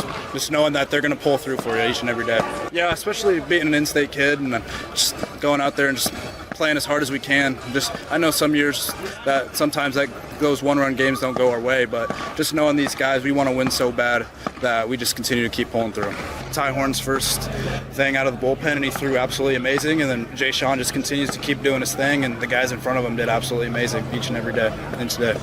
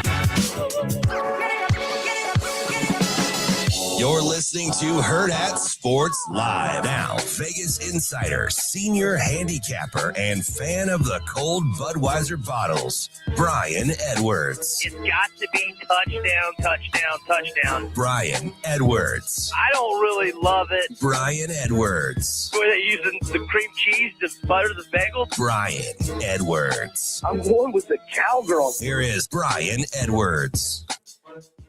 Welcome back, Hurrdat Sports Live. That's DBM Ravi Lulla here at Hurrdat Sports HQ. We're joined now by Brian Edwards from Major Wager, our Vegas insider. B, what's going on, buddy? How we doing? Good morning, gentlemen. What's happening? How we doing? How are you? Doing good. You like me just firing off like hypothetical lines, and you're like, look, bro, I haven't had a chance to really study. How am I going to be able to tell you something 5 months from now? But I do appreciate you entertaining my thought process. I had asked B. I'll say, what'd you fire off? I was asking him about look-ahead lines for potentially Michigan State, Nebraska on the road at Michigan State, and then Nebraska at Illinois, because somebody had made the comment that the only Big Ten game that they think Nebraska will be favored in is Maryland. And I do not believe that to be true. I disagree. So that's why I asked. Wait, the only Big Ten game on the road or period? Period. Wait. Oh, I'm sorry. I'm looking at that's the 25 schedule. I was about to say, wait, Northwestern and home? Y'all don't have Northwestern home this year. Sorry. You'll probably be favored at Rutgers, I would imagine. Yeah. I think you'll be favored at Rutgers. I think you'll be favored at Sparty. I'm not sure about Illinois. Illinois probably a toss-up. Washington at home, depending on what the season's like, that might be a toss-up. That was our infamous game dog. Yeah. I mean, wow, y'all have a tough schedule. Oh, yeah. I don't know if you don't have a good, you're not here, but that's all we hear about is the schedule. Tough. I mean, tough. It is so doom and gloomy around this place. And all it has to do with is the schedule. It's my only saving grace, B, is it pisses the players off enough where I'm like, thank you, sweet baby Jesus. Don't pay attention to that nonsense. I mean, you haven't had to play Indiana, Oregon, and Ohio State in the same season ever, I presume, right? Oregon's third year in the Big Ten? Yep. Yeah, so you got the three big heavy hitters right there. And then at Iowa, wow, that's 4 heavy underdog spots. Yeah. I mean, I don't know. Like, this is just what the schedules are going to be, though. Like, you got 18-team conferences. This is what the schedules are going to be. You're going to have 3 of the really good teams almost every year. Like, I get that we're not that far removed from the Big Ten West where you could, like, skate your way to 10 wins if you got lucky. But, like, that's just not, that's just not what it is anymore. And I don't know. I understand that there's some challenges on the schedule, but I also look at it and I just go, I don't think there's, outside of the 3 that you mentioned, I think Nebraska can show significant progress without winning a game that is outside of their realm of the teams that they're in. I didn't look this up, but Nebraska had to be among the top 10 in terms of retaining players, didn't they? Yeah, they were retained 83% of the roster. Yeah. I mean, that's got to be in the top 10.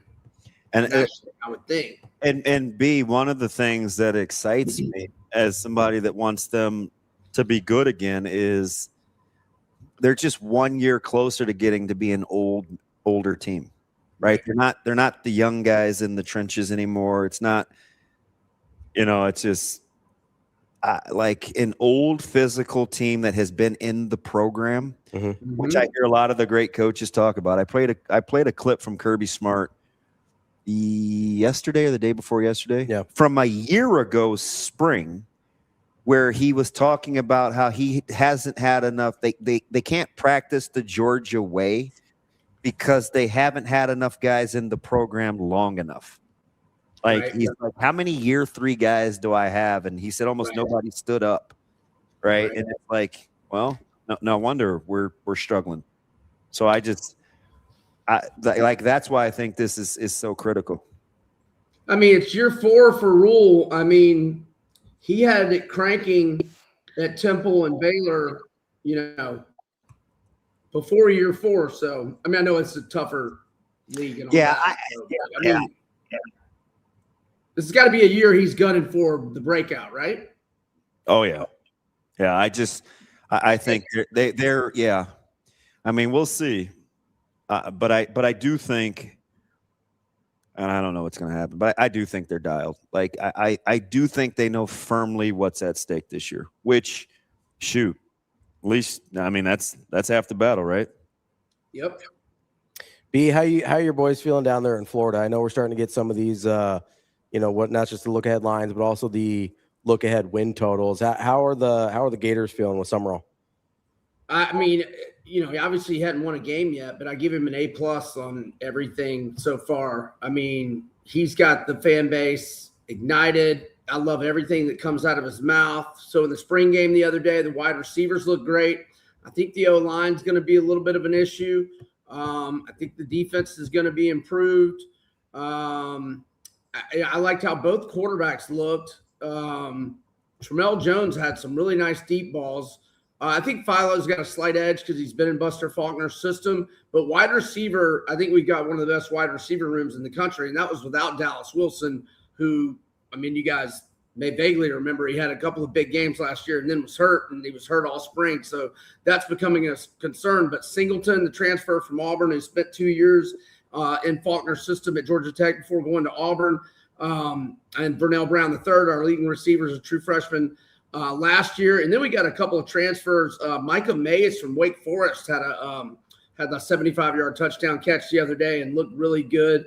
And, the wide receiver room looks really good. I feel pretty good about the quarterbacks. I'm a little concerned about the O-line. And the win total is 7.5. Under minus 140, over plus 112. Are you paying attention to? I'm a big press conference honk, and I don't know why I pay attention to spring ball, but I feel like I have to pay attention to it now more than ever because there's so many new players. Right.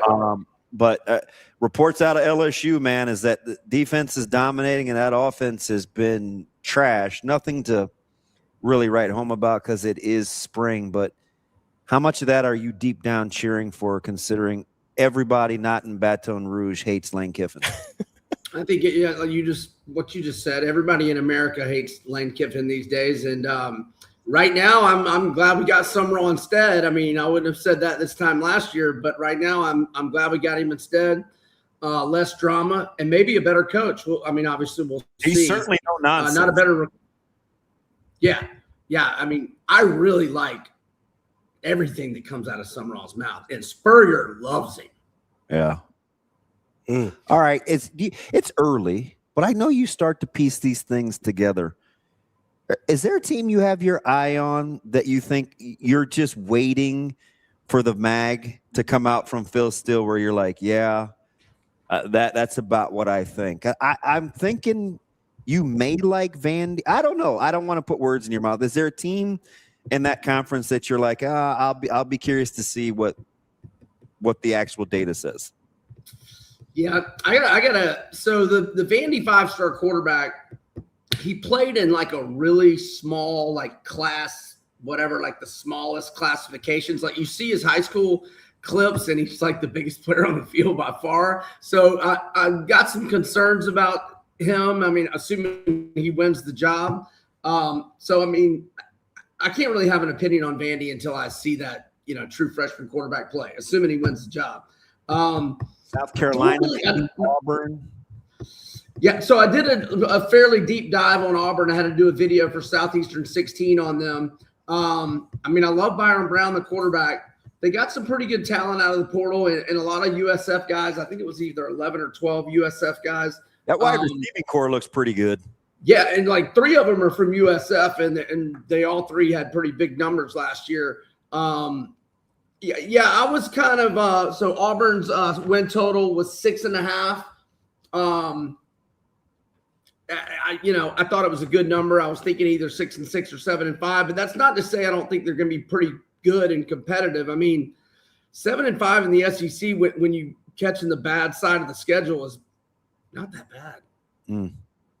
As you're looking at, you thinking at Texas A&M at all?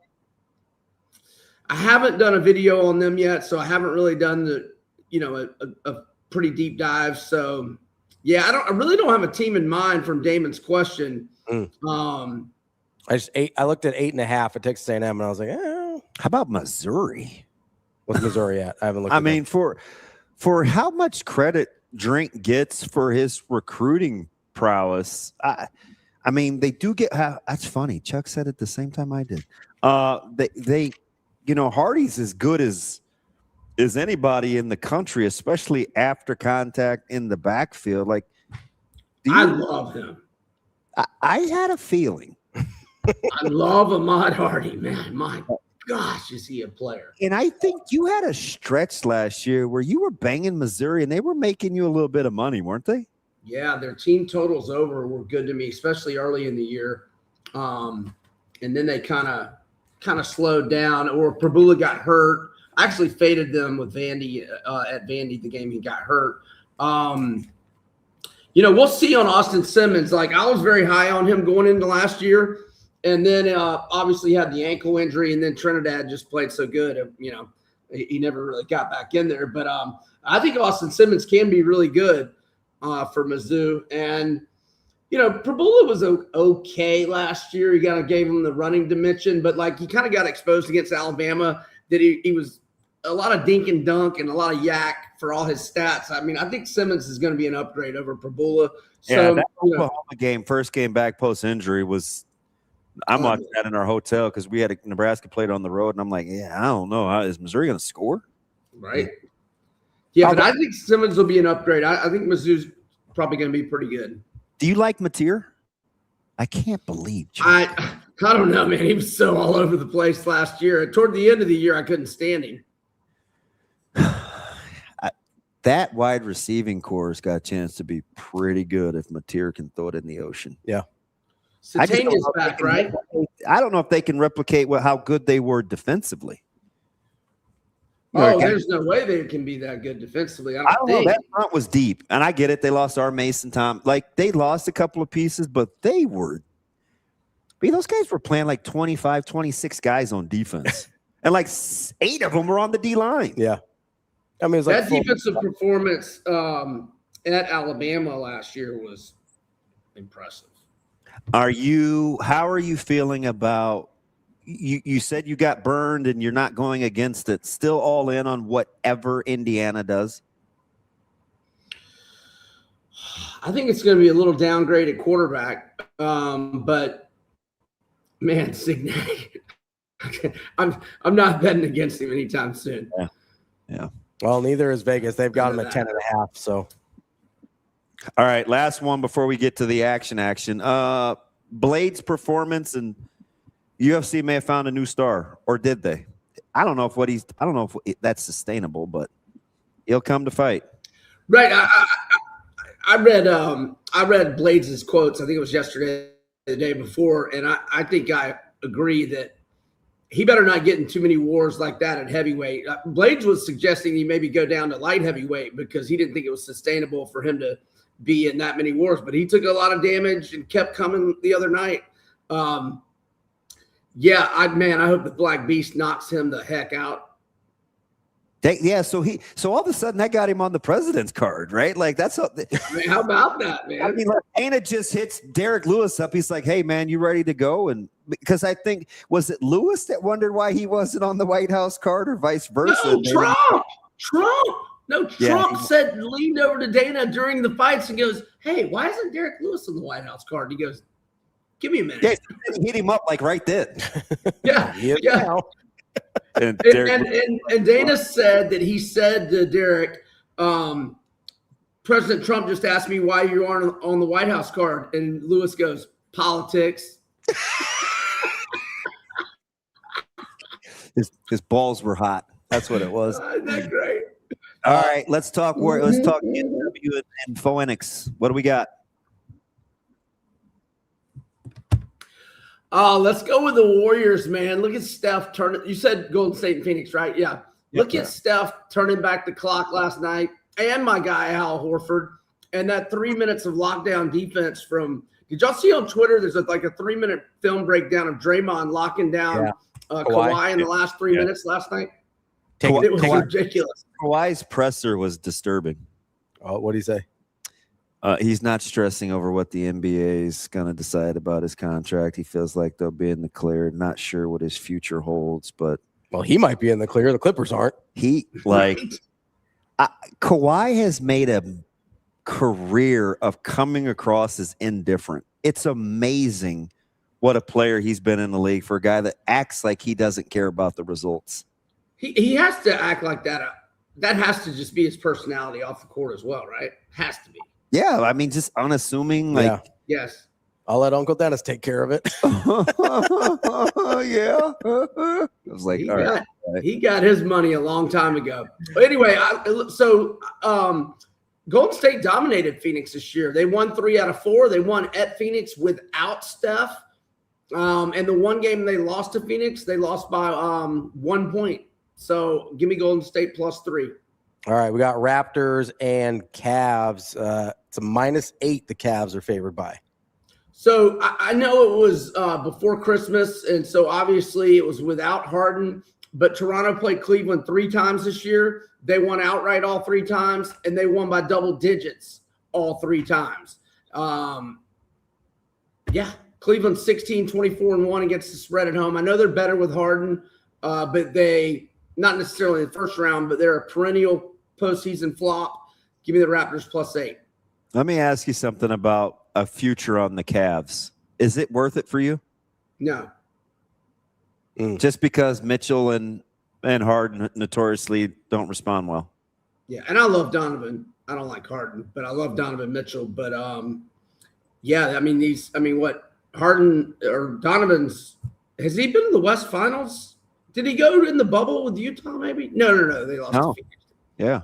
Yeah, he's never made it past the second round, right? And Harden hadn't been back to the finals since that OKC early in his career against the Heat, right? And, in fact, with the series, not necessarily Toronto is a big dog in the series, but, you can get them +2.5 games. I think Toronto pushes this to 6. I'm not against Toronto +2.5 games in the series. Rapid fire here. Hawks +5.5 at Knicks. Yeah, give me the Hawks +5.5. They lost by 3 to the Knicks twice. I just wrote down my Hawks underdog stat. Where did I put it? Scramble. As it was 21-17 with 16 outright wins as an underdog. I don't know where the heck I put it. As you're looking for that, you got Rockets at Lakers. Rockets with Lakers all banged up, and then Denny Avdia. Give me over. That's my guy, Ravi. I joke with him all the time with Ravi that he's the most underappreciated superstar, in the NBA. Unbelievable what he did the other night. 41, 12, and 7. So against the Spurs this year, 29, 6 and 6, 37, 8 and 6, 29, 10 and 10. Avdia over 25 points, -104 price, 8 assists or more, +164. That's Brian Edwards, Major Wager. B, appreciate the time as always. Thanks, B. Thanks, guys. Y'all have a good one. Quick break before we get to Michael Bruntz here on Hurrdat Sports Live.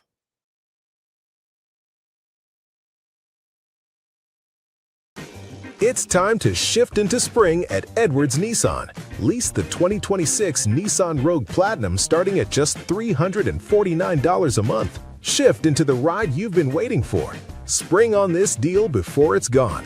Drive away with more this April. Or lease the 2026 Nissan Pathfinder SV, a third-row SUV, starting at just $399 a month.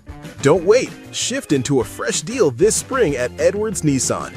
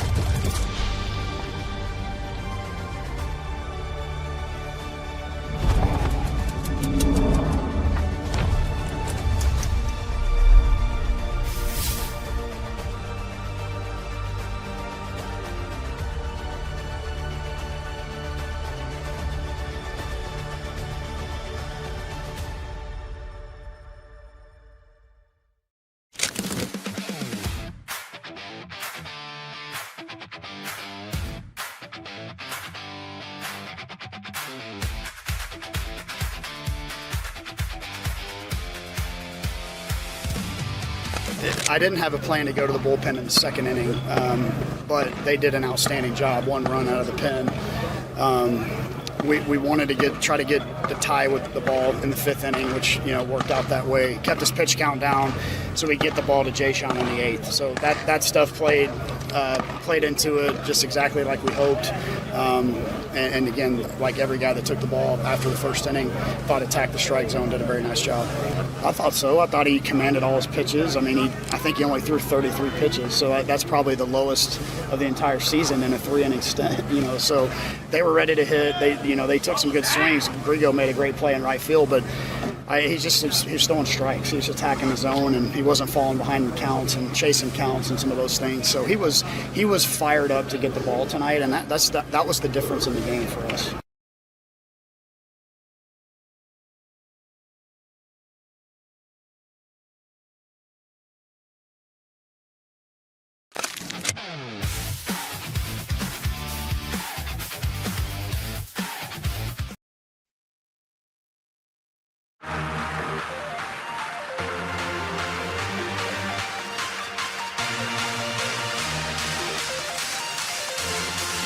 Welcome to Hurrdat Sports Live.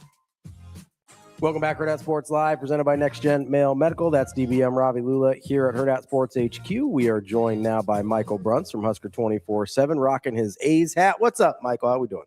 Not bad. How's it going? Oh, don't be friends with him, BRUNTZ, because I was pimping you earlier, and I was like, hey, the A's won 8 out of 10, 2 in a row, and he's like, yeah, and I asked him why I should care about that. And I go, we cheer for our friends' teams, don't we? And he That's goes, your I appreciate you going to bat for me there, David. I don't mean to cut you off, but that's your AL West leading Oakland A's. and Ravi goes, in typical L3 fashion, he's like, yeah, I don't know. I don't know about that. Like, he's just Denny Downer, that's all. Yeah, that's okay. No, I just I'd like the Red Sox to both pitch and hit in the same game. That's all. That's all I'm looking for right now. So last place in the AL East, Boston Red Sox. Jeez. Those Red Sox? Yeah, those exact ones. Normally I would be like, oh, BRUNTZ, that's not nice. But considering Robbie's first hour and his... Yeah, DB had a tough start to the day. Just getting killed on our own show, like always, but it's fine. It just has this weird, uncanny way of just getting away from us, BRUNTZ. And Ravi had a couple of energy drinks and just one. A couple of things were bugging him that he wanted to get off his chest, and so it was pretty much a free for all. I haven't even gotten to people piss me off about their turn signals yet, but that's a whole other thing. But I got to ask him though. Go ahead, BRUNTZ. Does the blinking yellow light without a red get you too? Or are you one of those guys that's very cognizant that you can still turn left? That doesn't get me. What gets me sometimes is when you get there's a couple stoplights near my house where it immediately starts with the blinking yellow, which is fine. And then you eventually get the green off that without the cycle is off. You know what I mean? Yeah. And you feel like it's like the start of an F1 race. The second that green light goes, you just gun it. Do you guys ever do that, or is that just me? That's just you. Okay. Well, sometimes I'll do it. It depends on. You don't gun anything except when Natasha's shooting. You drive like a grandpa. That's not true. I drive responsibly when there's other people in the car. When it's just me in my own life, I'll do what I want. Yeah. Listen, this dude's at cruise control in the neighborhood at like 28. Hey, that's still speeding. Oh, God. He's mad because I was only going 7 miles an hour over the speed limit on the interstate. Yeah, 0.7. It was get 7. You get 7. Exactly, BRUNTZ. You get 7 for free. Anything over that, you're rolling the dice. And he's also a lane changer that goes almost clean laterally. He doesn't gain ground as he's changing lanes. I mean, that drives me up the wall. You literally have to gain ground where you're barely relative to being in a moving vehicle at 70. I'm sorry, I'm trying not to run into anybody else. My bad. It's like, just get over, man. Just get over it. Anyway, it's fine. I was traumatized during that stretch. Anyway, stopping every 2 hours. BRUNTZ, BRUNTZ, I want to start with Nebraska being in discussion for top tier players through the portal in basketball. I was telling Ravi, this guy's getting RPMs for landing guys. Coach Hoiberg clearly riding some momentum, at least in terms of interest. I mean, how crazy is that how futile it's been for the last 60 years that we just get this immediate uptick and we're seeing dividends. And they're not the highest bidder. No. I don't know. I mean, I think it's I think that, certainly the Sweet 16 thing helped. I don't know how much. Like, I don't think that's why you're all of a sudden getting the bump. I think there's a really particular kind of player that Fred's recruiting that I think when they find that type of player, I think there's definitely, an attraction there. So I think that piece of it's, the thing that beyond the team success, I mean, you're seeing guys like Price that are fitting really well into a system. I think it's a really nice system for stretch fours that can shoot it. And there's a lot of those guys out there right now. And a lot of guys out there right now that are really well thought of and are going to be well compensated. I think Nebraska also has a little bit more in the war chest than what they did. I think everybody does, though. I mean, I just think, now the price of doing business in the portal has gone significantly up. But I think it's kind of all of those factors that are kind of allowing them to compete. I mean, I do think the fit piece of it, though, is really big for what Fred does and the way he coaches. And, certainly, we talk about development a lot across sports. And I mean, if you come to Nebraska and you play in that system, I mean, chances are better than not that you're going to come out of it being a heck of a lot better than you were going into it. Do you guys think we undersell the player's point of view in terms of fit? Like, I think we kind of just assume, oh, money, but I mean, we could kind of subtly be seeing a shift of where the players are now thinking, hey, is this actually a good place for me versus how much money am I getting? I mean, Fred would say no. He did, right? Like he did this the other day. But no, I mean, I think there's really a part of that. And I think probably too, as you get more into this and you've got guys that are on their third and fourth schools, you would hope that by that point, you're careful of Troy there. I'm sorry. You're gonna start getting guys that are a little bit more cognizant of like, hey, how do I fit into this system? Like maybe this actually does matter after my second or third stop, So I don't know. Like is it undersold? Maybe. I mean, I think the money discussion's huge, but I mean, I think guys that are further in their careers that, maybe have not been at places where they've won a significant amount. I mean, maybe that stuff kind of starts mattering a little bit more, especially, as they get further into their careers, and you can kind of hear the ticking of the clock a little bit on whatever time they have left in college basketball. Yeah, I do wonder, especially now that you've got guys that have sort of played their entire college careers under the, NIL guidelines, I guess, where like maybe they've made that mistake the first couple times around, as you're saying, like, because it seems like that used to be a bigger thing before NIL came into the picture. It seemed like players finding places where they fit was a really big deal. And then everybody got blinded by the cash that was flying around. It seems like maybe after you make that mistake once or twice, it starts to come back around to like, hey, this money isn't forever. I need a place where I can actually succeed. Yeah. Well, I mean, in some ways, you could think of it this way. I mean, like if you're going into, your junior or senior season and you start thinking like, okay, well, like going to the right place is almost like an investment in your future. Like if the money's all about the same, if you're taking like 100,000 less, like what's the value of fit and development, right? Like there's probably, there's a value to everything. And like Sam versus Berke. Yeah. I mean, you could make the argument even at that number. That's interesting. Like allegedly, the report out there is that Bear K wanted a significant raise, right? So let's say we're talking about more than $100,000. Let's say we're talking about. It doesn't really matter what the number is. But let's say it's a bigger number, right? Okay. Because I do think it matters in a sense of, okay, if I think this is probably a level of self-awareness that I don't know, and I'm not disparaging, but I don't know if 22-year-olds have. If you're thinking, hey, this is probably my last big check, I really need to cash in. But what if it's $50K versus, hey, what if it's $50K more? If I do this right, I can make money doing this for a long time. Because that's the investment you're talking about, right, BRUNTZ? Like, hey, if I go somewhere and I average 6 points a game. Is it a 2-year deal? Are you talking like on a multi? I'm talking about like, hey, I'm a junior or senior. My time is running out. And I'm saying, do I think if I go somewhere and I average 6 points a game, am I going to have the opportunities to make a lot of money doing this past college, or do I really need to cash in now?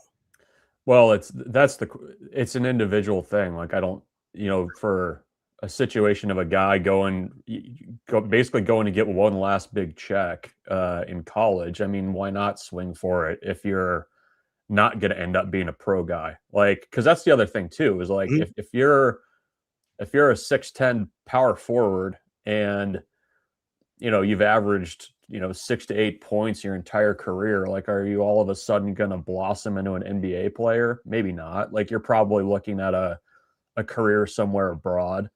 And unless you're Lou Dort, I mean, do you basically say like, okay, this is my chance to swing for the fences here?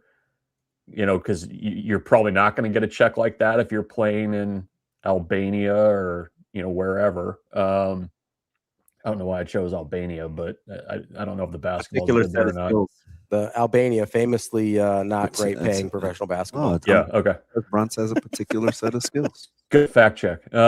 So yeah, I mean, I think there's probably some situations like that where somebody's just trying to max when they can, and if you believe what's out there, that the market's up 60% this time going around. I don't. Why not? I mean, if you're 6'10" with a little bit of skill, go for it. But I do think there's also guys that are, let's say coming out of their sophomore season, you have 2 more years left in college. You're kind of I don't know, like you're a high ceiling guy. Like I think there's probably a ton of value in finding a place where you feel like you're really going to get developed and, not looking at it as just like a 1-year mercenary year, but actually like an investment in what you're going to be doing 4 or 5 years down the road and make a go of it. BRUNTZ, I want to flip over to, let me do one more thing to the NBA thing. So do you think along that theory with fit and development, the antithesis would be a guy like Price Sanford, who may not ask or ask for a huge number. Like maybe he gets a little bit of a bump and that staff is saying, hey, listen, 1 more year, we'll give you a bump, but we'll get you ready to really make big money, which Price would be like, oh, okay, I'll take that deal. Because he's a guy, even if he doesn't make a lot of money in the NBA, he's going to make the big Europe money. If like worst case scenario. Or like, let's just stay right with the NBA, where regardless of whether we think he's an NBA player or not, Coach Hoiberg and those guys could be like, look, listen, these are the 3 things you want to work on. We know you better than anybody. You know this system. We'll pay X amount more bump in preparation that you can get the big money here coming up. I mean, that to me, that would be appealing. Yeah. Because I don't have to change much about my surroundings or my familiarity. I just get to work on the things that I want to work on. Right. Well, and I mean, he's in, like, is there a more ideal scenario for Price Sanford somewhere else? Like, you're in a system that features you. You're with a head coach that has NBA coaching experience. Yeah. You've obviously developed already significantly in 1 year. There's big numbers out there. But I think like why would he?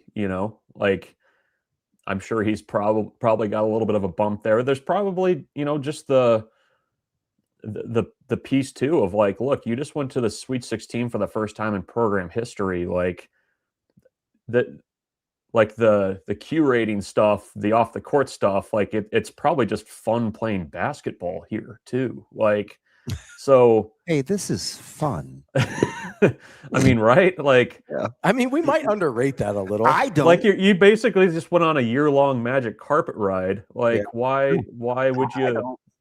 Division I sports can be. Listen to me. Hey, Division I sports can be so miserable. Play your tiny violin. Yeah, my teeny one. It is grindy though. Like it just no. If you're not having a good time while you're doing it, like it can get really. It's just really grindy.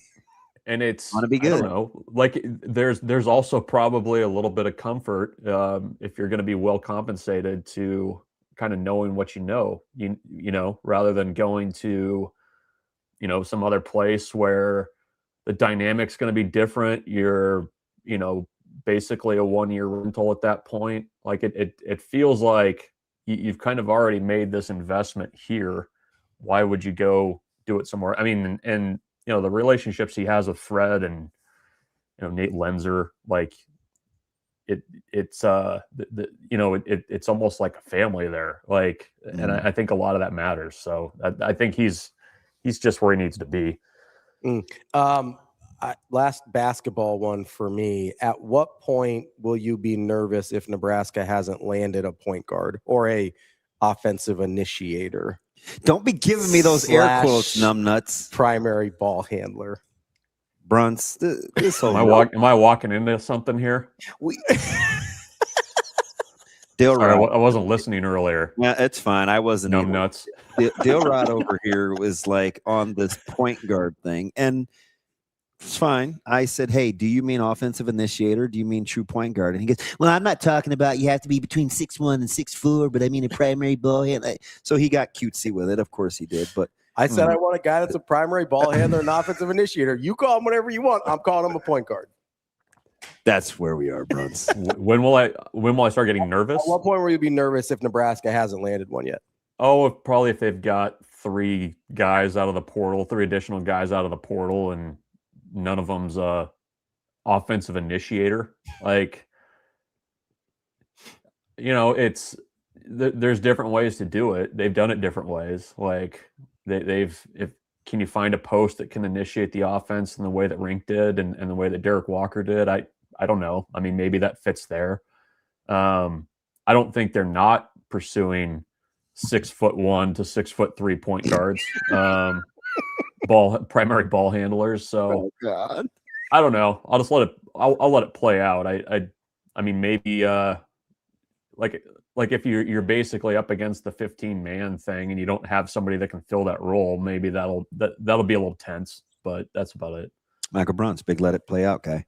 Speaking of which, you got to have some, maybe you're looking at the weather. There's this weird thing about me where I'm like, be just cool enough to be uncomfortable for SC, but not so cold that people don't come to the ballpark.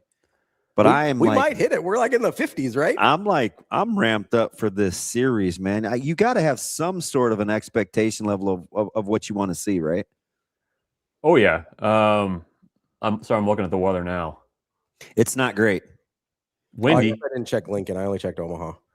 Windy. It's going to be windy. But no, this is going to be a fun series. I was talking to Shotgun Spratling at D1 Baseball yesterday. Covers USC also. The great. We've had him.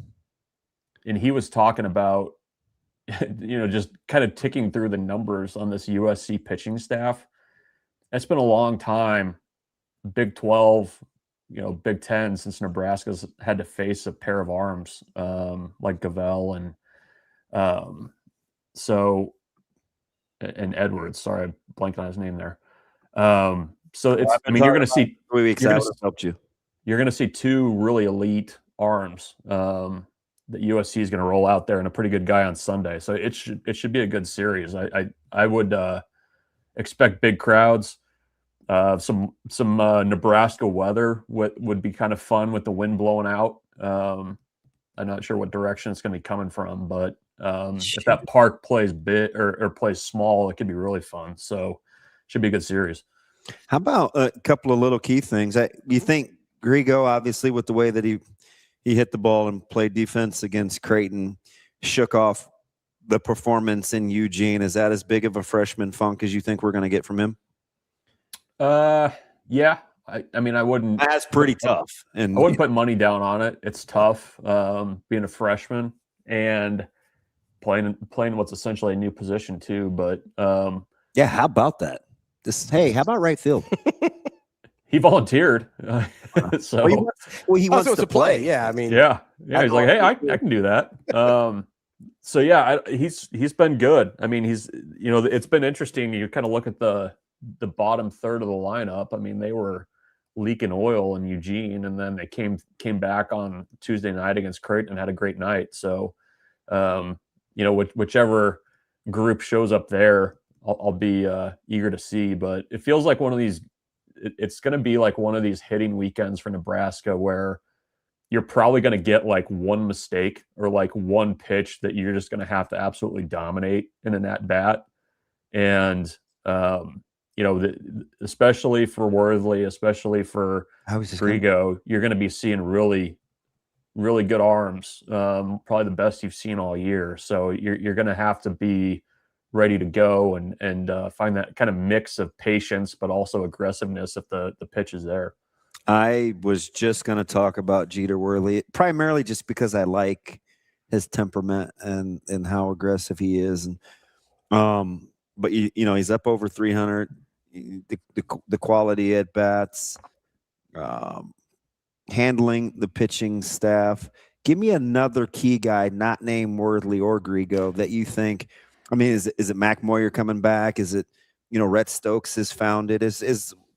What are we looking for here for somebody that may be flying under the radar? Stokes has been big. When you have your 9-hole hitter that's up over, close to 400. I mean, how about this year for him? You talk about back. Mm-hmm. He's been like you kind of talk about guys too in that roster that are kind of like the leaders. I mean, he doesn't jump to the front of the list, but he's not. Obviously the thing at Oregon on Sunday, he's not afraid to mix it up. He's a JUCO guy through and through. Played JUCO ball in New Mexico. Plays like he's a JUCO guy that's not afraid to do whatever he has to do. He's got a knack for kind of finding big hits too. So he's been great because he can play second base.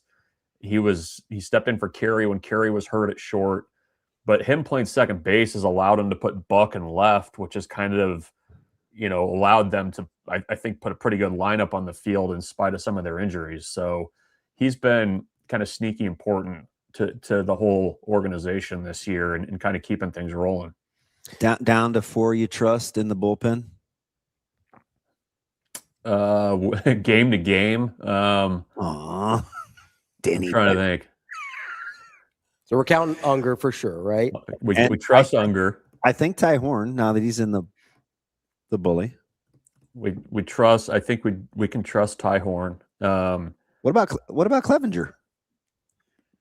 All right, took you too long. I trust him to go in there and get an out against a lefty. Like beyond that, not much. Who? Timmerman? Yeah. Clark depends on the day. Ravi kills me over Caleb Clark. It's fine. I'm not. Listen, you've had a bad day. I don't need to hear from you anymore. Is Jalen Worthley getting into that trust tree a little bit? I think so. He's getting there. It's only 5 innings pitched, but I mean, got the super slight ERA.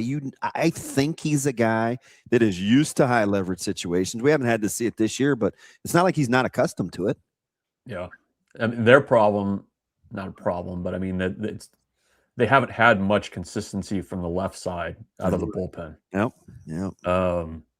And Clevenger is really just kind of a high leverage one batter type guy. Like So Worthley or Clark being a little bit more consistent. I mean, Clark's been great at times and not so great at other times. And I think that's just kind of been the whole bullpen, or not the whole bullpen but a good chunk of it. So that's kind of where I would go. I mean, that's why I say, like, game to game, the guy I trust is Unger, probably Timmerman now, just based on how he's thrown.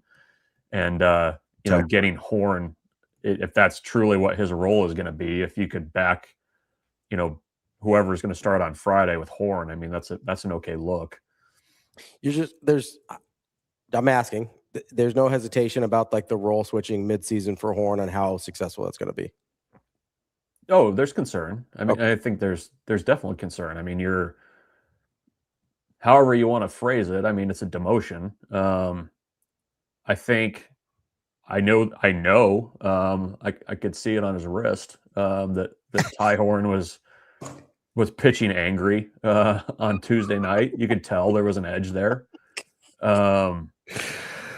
I saw what he had written on his wrist. We just like to write ourselves reminder notes. It's not that big of a deal. Just put a little FU on that one, Yeah.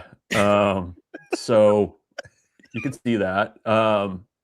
But I don't know. I mean, how does he handle it? I mean, I think he's a competitor. He's a guy that's going to do whatever role you ask. But if down the stretch you need somebody to go in there and give you 3 solid innings of relief a couple times a week, he can certainly do that. I mean, the thing that's kind of remarkable is the way he was pitching on Tuesday. I mean, you haven't seen that in 5-6 weeks from him. Mm-hmm. It was command of 4 pitches. He was competitive. He was putting guys away. It helped that Creighton went up there looking to hit. I mean, they were not going to wait on him, but we'll see how he handles it. I mean, I think he'll handle it in the right way, but I think he has enough self-awareness to know that the last month has not been acceptable for a Friday night starter. And, we'll see if he can kind of pitch his way back in. You guys remember this happened last year where the biggest thing with him was he could never get through 5 and could not get through 5. And then something clicked in April. I don't know if the weather got warm or what, but, I do think, that maybe this is a little bit of a cage rattling for him, and maybe you get a better version of Ty Horn because of it. I just get real nervous with relievers that give up as many base runners as Ty Horn has this year, because I think his whip is somewhere in like the 1.5 neighborhood. Like, that makes me super nervous because you don't have the ability to, like, if you give up 2 or 3 runs in an inning as a starter, you can still have a really good outing if you're able to navigate that. If you give up 2 or 3 runs as a reliever, you lost. Well, for him, without a doubt, the issue with him has been way too many 3-2 counts. Like, he'll get ahead of guys, he lets them back into at bats. All of a sudden, that's how you're at 85 pitches in the 4th inning, which has been, a big problem over the last month, and why he's in the situation that he is. You get the Ty Horn that they expected at the start of the year. I think that whip will be, will start to come down, just because, if he's able to put guys away. It's just felt like so many of these at bats this year that he's had, it's like, 8, 9 pitches and then a walk, or, a guy, finds a hole with a single or something like that. So that's where maybe the aggressiveness maybe helps things a little bit. BRUNTZ, we talked just briefly yesterday for a sec about recruiting. You got something coming up here pretty soon? Are you working on something? Of football recruiting? Yeah, we're plugging away. It's interesting. Like, the coaches are starting to hit the road, so you get a little bit more clarity on 27 targets, where things kind of lie. Guys locking in official visits, and I think too, what you've seen, I think Nebraska's done a really nice job of working ahead on 28. And right now is where you kind of start to see that board solidify a little bit in 28. You start to, the offers are already out, where are the coaches going to go, that kind of stuff. And it's been, pretty quiet on the recruiting trail, just post spring and with the timing of everything and the way Nebraska did spring ball, but it'll start to tick up here, and we're maybe a little bit more than a month away from official visits starting too. So it's going to get busy. BRUNTZ, that's our guy. Always good. We need to talk, BRUNTZ, about how you've dealt with Ravi for so long. Even though I feel like I talk to you more, he's known you longer. I'm going to have to take some notes on how to get through the rest of however long he and I have together. Yeah, well, those Lulla boys are hard to deal with. Hey, so I'm the easy one. BRUNTZ, who's going to take the deep dive into Nebraska wrestling? Does anybody over there have like an interest? Like between Brian and I? Yeah. I don't know. Between everything else, we'll have to find some time to do that. They're fascinating. Yeah. And we had Coach Manning for about 40 minutes the other day, and he let us ask him just about, like, he was sensational. And what they're able to do in the portal, they've got, I think, one more big one coming without having to compromise themselves. It's like, I want to know what's in the sauce, because wrestling is highly competitive, and they got weirdos, right? It's like, it's not dealing with normal dudes coming out of the portal with wrestlers. I'm just curious.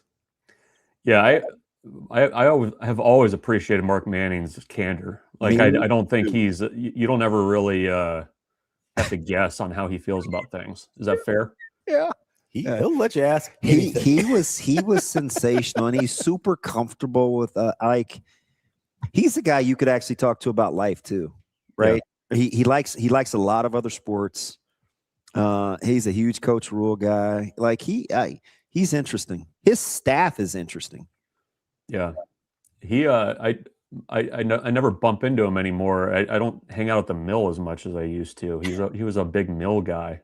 Get in there and get. I don't know what his drink of choice was, coffee or more on the high diesel stuff. But I don't. They must be creatures of habit. There's two places that I like to eat in that, like, right within a block or two of where you're talking about. Yeah, and I see his assistants there too. Yep. My mom was a huge fan, and because she loved, just our history with Coach Manning, and we saw Coach Snyder in there. And my mom, who's 84 today, by the way, happy birthday, Mom, is like, he's so good looking. I know why he can recruit. He's attractive. I'm like, Mom, that's not how he recruits. Why? But yeah, they must be creatures that must be. So your mom buys into the James Franklin School of Recruiting. Got to be able to close, right? I had to go over and say something to him, too. I was like, Coach Snyder, man, I don't mean to be staring. I hate when people do this to me, but my mom's a huge fan. Huge fan. Huge. All right, BRUNTZ, you be good, buddy. Yep. Take care, guys. We'll see you. That's Michael BRUNTZ, Husker 24/7. Let's take a quick break. That's DBM Ravi Lulla. It's Hurrdat Sports Live.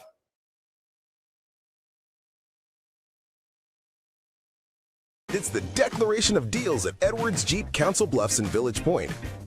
Lease the 2025 Jeep Grand Cherokee Laredo 4x4, 0 down, starting at just $349 a month for returning lessees.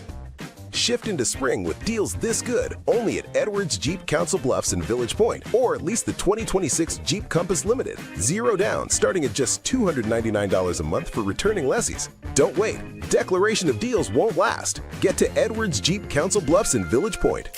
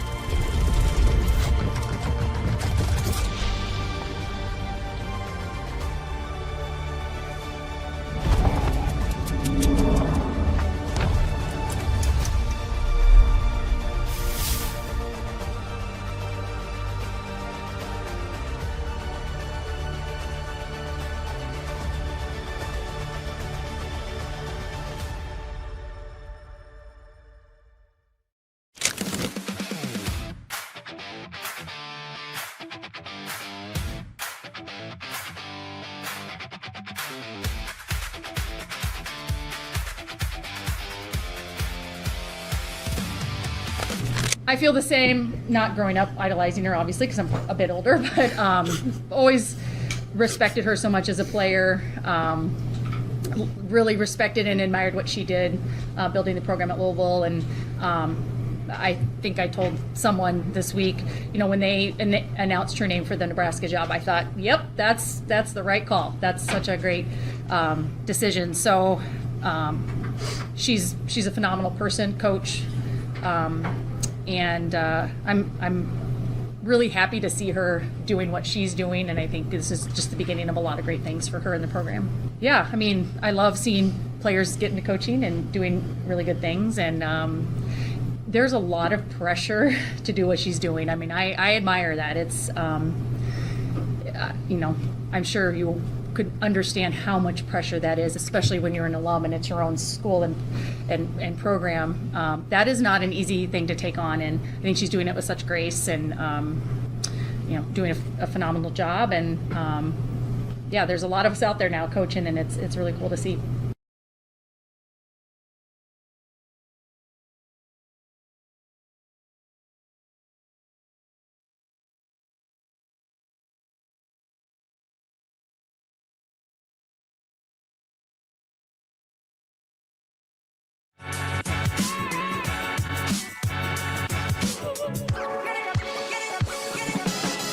You're listening to Hurrdat Sports Live. Welcome back, Hurrdat Sports Live. That's DB. I'm Ravi Lulla here at Hurrdat Sports HQ. I know DB talked about him earlier, but just reminding you, make sure you go see our friends over at Nextgen Male Medical, 402-614-9700. They'll take good care of you, even maybe they'll even talk to you a little bit like our guy DB over here. What do you mean even? Well, I know you like to hang out there and spend a little time and, I can't stand I think loitering is maybe the term for it, but it's I need somebody to talk to. They treat everybody nice, even DB. Give them a call, 402-614-9700. They'll take care of you. If you're not feeling your best, they'll get you to tip-top shape. What's up? They do tell on me though. What'd they do? Remember how I kind of had the little hurt part on my bunda? Yeah. And I was like, God, it's tender, but it's 6 months. Yeah. It's first time ever. So I went last week and Abra wasn't there. So it's different.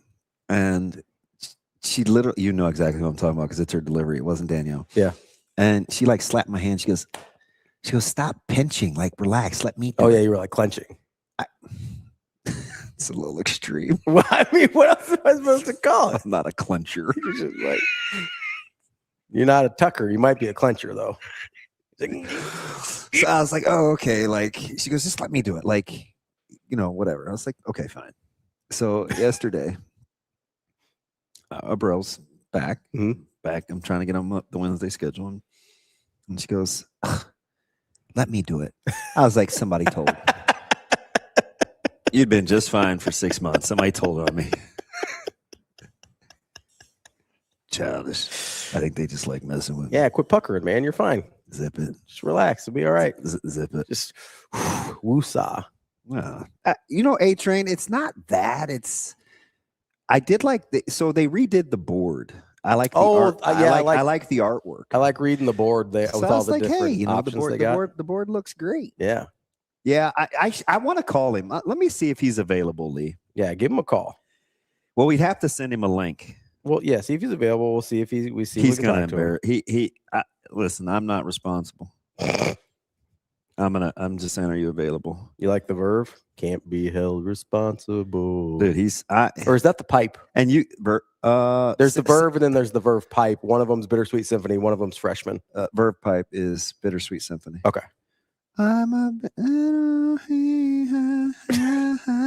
Shane, I'm sending it to you. I don't know if he'll respond. There's zero. I got nothing. Listen, it'll be all right. Be fine. No. We need to talk to Micah a little bit. No, I don't. Just talk a little recruiting. I don't smoke anything except meat. Carol says just ship him off to IMG already, DB. No, I actually would miss him. I don't have anybody to. I threatened him yesterday too, and he's gonna stop taking me seriously. Ooh, Jeremy says, "Oh, go ahead." What? He goes, you'll have to get back to me. I'm a little busy at the moment working with my Spanish teacher. That's probably what you'd want. I love that kid. It's like, hey, Dad, you want me to work on school? Or you want me to talk to your show? That's going to get a text back. DB, just respond, hola. ¿Dónde está la biblioteca? No, just say, no me gusta. Yeah, not busy enough to not respond. Still got the cell phone out, I see. No, not busy. Tengo un fiesta en mis pantalones. No. He said I'm a little That's busy. the problem. That's why you got so many damn kids, Rico. Hey. Here we go. Stop it. Not busy enough. I can't wait to see what this year is. Jeremy says that he thinks the Raiders should trade back out of the #1 pick and take I assume he means Ty Simpson or somebody in the back end of the first round. Hot take, not a hot take. I can't take Ty Simpson in the first round. I mean, somebody's probably going to. As long as it's not the Steelers, but they'll probably mess around and take Caden Proctor, and I'll equally be as... You know, they in the last mock draft I saw, it was a 2-rounder. They took somebody I really liked in the second round. Who's that? Who's somebody I have a huge affinity for in this draft that I think is underrated. Okay. You think I'm making this stuff up? No, right? what did he say? He said it's an open mod, so I have access to text. And he sent me the emoji of the dude saluting. An open mod. Your son sounds so cool. He is. Dude, Micah's the best. I love that dude. Like who? Like what's this? He's like, I got you, Cap. He's so much cooler than you. This dude. Dude, Micah's great. Like you can't make this stuff up. Can you just be a normal person? Listen, I'm gonna leave it at this. Okay, bud. What's the mod mean? It's like the periods, like of classes. Alex says he thinks he meant 27. So don't take a quarterback this year, take one in 2027. So the modular scheduling is really cool, Shane. It's like college campuses. So they don't have the same schedule every day. It's like an A-B schedule, right? Not necessarily, but yes. Okay. So, one day he may have lunch at 10:20. The next he may have it at like 11:40. He has big study group, little study group. Like the schedules are all over the place. And there are times where you're actually open and you can go get help on other things. So that's the reason why you're checking to see if he's open. Yes. Okay. Yeah. And he's actually using it to go to class. So A-Train, that's funny you say that. He says, I'd be lost if I had that schedule in high school. If that's kind of an advantage, but it can also be a disadvantage too, because if you're disciplined, it's super. Yeah. It works for you. By the time you're a senior, you'll be done at like 10:30. Yeah. Right? Because you want it to look like a checkerboard. You want your schedule to not be filled in. You want the clear spaces, so you do your work early on the front end. But if you're a little squirrely, it's tough. Can get away from you a little bit. Yes. It can be tough. That's actually the main reason Caleb chose Westside was the open mods. Schedule. Yeah. Yeah. Let's take a quick break, Rio. I do want to get back into the NFL draft stuff a little bit here. I do too. Since we're just a week out. You don't have to take a break. Well, we can play it on the back end. High five. I got to hear some NFL. It's okay. You can do it at the end. Action Jackson said so. All right, let's talk about the Raiders. Shane came in here and told us. Is it because Shane's? So I get it. It's because he suggested it. It's because we don't have to do this on the air, but we can if you want to. No, I don't. Okay, it's okay. I do. All right, let's talk a little NFL draft. If because you're not sold on men. Actually, I'm not going to talk about the Raiders at all because Shane suggested it. So we're talking about the Steelers. Who's in the mock draft in the second round for the Steelers? A guy that I love. Zachariah Branch. Nailed it at 53. Would you be excited if they got Zachariah Branch at 53? I'm talking cartwheels. Yeah. Zachariah Branch in the second round to the Steelers. Huge steal. I would forget and just pray for the best for if they took Caden Proctor in the first. Yeah, I forgot who they had in the first. Let me check this mock here. I know you don't like this particular guy, but it gives me Lee. He is sensational. He is worth the price of admission. Okay, so they don't. This one does not have you taking Proctor I actually think they have Proctor going way earlier in this one. I think he's earlier than 21. Yeah, I think people are starting to talk themselves into it. Really? Which is I don't like the tape there. There's so many draftable grades for O linemen. This is a great draft. Really to good get O-line draft. A lot of good O linemen. They've got the guard from Penn State, Ione. Yeah. Well, again, another great pick. But I'm sick of interior. We do have to protect guys, but who you protecting right now? I was just gonna say, but who are we protecting? I mean, you gotta figure that part out, right? But you don't want Ty Simpson. I get that. What do you want them to do? You want them to do anything at quarterback in this? I guess you bridge me with AA Ron. Okay, another one. And yeah, well, I actually know 3 now. I don't know Aaron Rodgers, but my guy. Oh, I meant another. My guy AK, and then my other guy Degenerate. Aaron. I meant another bridgier. Yes, over troubled water. More like River Kwai. Like a little combat going on. I thought it was river over ayahuasca, but that's okay. No? The guy likes the dark. Who cares? It's like you like to sit in the dark, watch TV. Well, you some days I think you need some ayahuasca. Probably be a little easier to deal with. Back to the first hour. That's the other guys. Yeah, I guess that's not me. Shane. That thing wet. What? I was asking Shane. I thought it was a river runs through it. I think that's also one. So what do you want? So you don't want them to draft any quarterbacks even like later, or you want them to take a flyer on somebody? I don't know who we would draft later. I mean, you're talking about your guy Cole Payton. You don't want to change that bet at all? No, I'm pot committed. I'm gonna have to probably eat that $20. Yeah, I don't think he's going in the second. Third, maybe. I think he's got a good shot at the third. Me too. But second's a little high. So are you coming over for that? For the Friday? Yeah, I think so. Next week for poker? Yeah. Yeah, that's the plan. Get it done, you know? I was kind of hoping you'd say no. That's not true. I don't believe you. You're irrational. Oh no! Shane, I have a question. Are you good with Mendoza? Am I good with Mendoza? Oh my God, is there an echo in here? It's just a terrible question. Next question. Of course I am. I don't want to. I don't want to fall back and get a quarterback in 27. I want to ask something. Why did you repeat it with a tone in which it was confusing what I asked? That's just a terrible question. Next question. There was no ambiguity in your question at all. Am I good with Mendoza? Why wouldn't I be? Because what if you don't think he's good?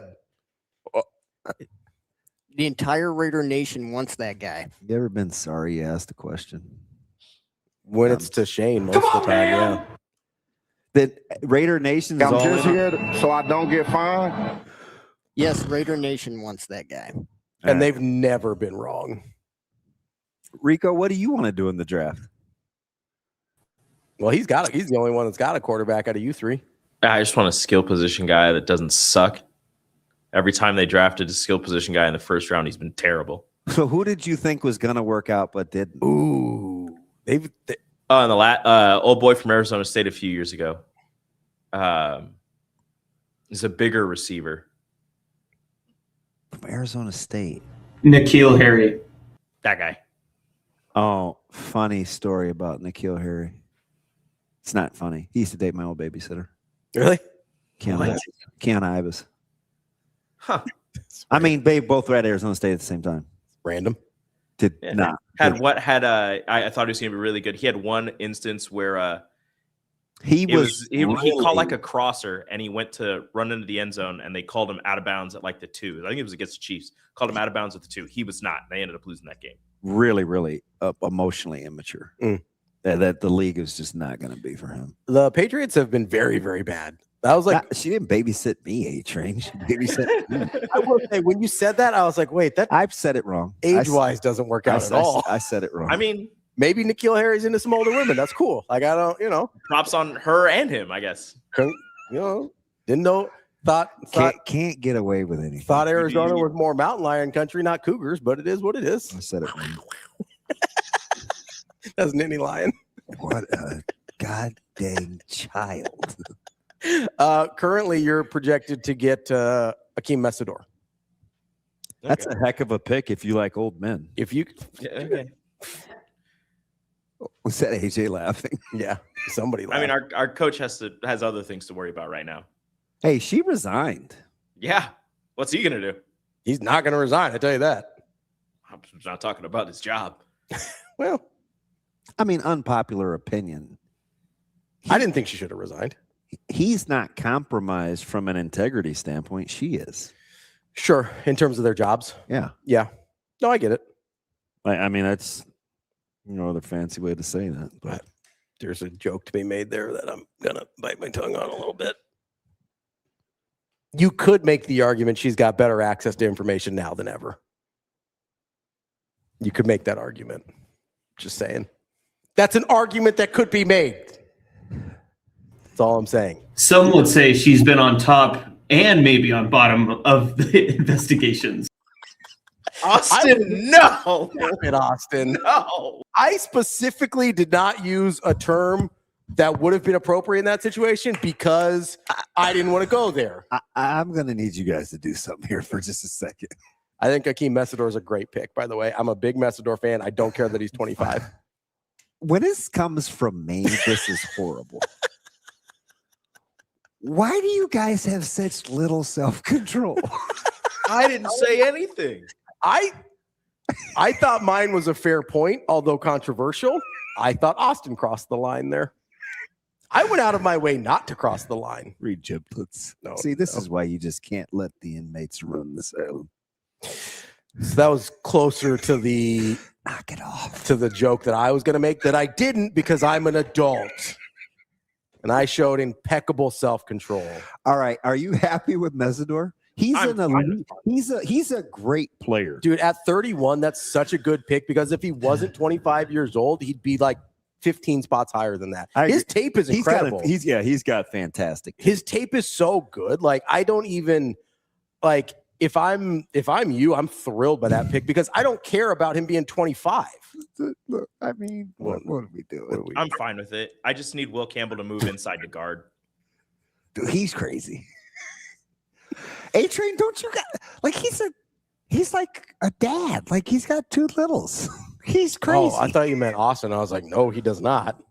No, the A-Train in the I chat. bet his house is a riot. Yeah. Well, I mean, speaking of somebody with two littles, like Wyatt's the loosest. Wyatt? Yeah, it's the loosest cannon of them all. Did I tell you when he brought his little girl to the Jet Awards? Yeah, I saw him. She put on the tiara. Yeah, I saw him. And rocked the whole thing. Yeah, my dude was killing it. Yeah, she's amazing. I think Messidor would be. Oh, hi. How are things? Hey, Sash. She's like, these guys are idiots. I wish Sasha was here to yell at you guys. She's not. No, she did text it though. Good. Yeah, I didn't really pay attention to that one, if I'm being honest. Just I love your pushback. You hate authority. So here's the thing. I told Austin this the other day, man. We can end the show here, but I like. Oh no, what happened? Alex. How old is she? That sounds like something Micah would have said like 10 years ago, and he's gotten ringed up for it. Yeah. So something he would have said yesterday. So My daughter hit me with a big boy the other day. Oh my God, she's 3. Be quiet, little dude. Least surprising thing ever that's going on in Wait, that which house. one hit you with the big boy? Elliot did. We were doing something. She goes, "What's up, big boy?" And I was like, "What?" It's time to get back into track shape, Rico. Yeah, when your 6-year-old's calling you big boy, I think it might be a problem. Do you need me to call Nextgen for you?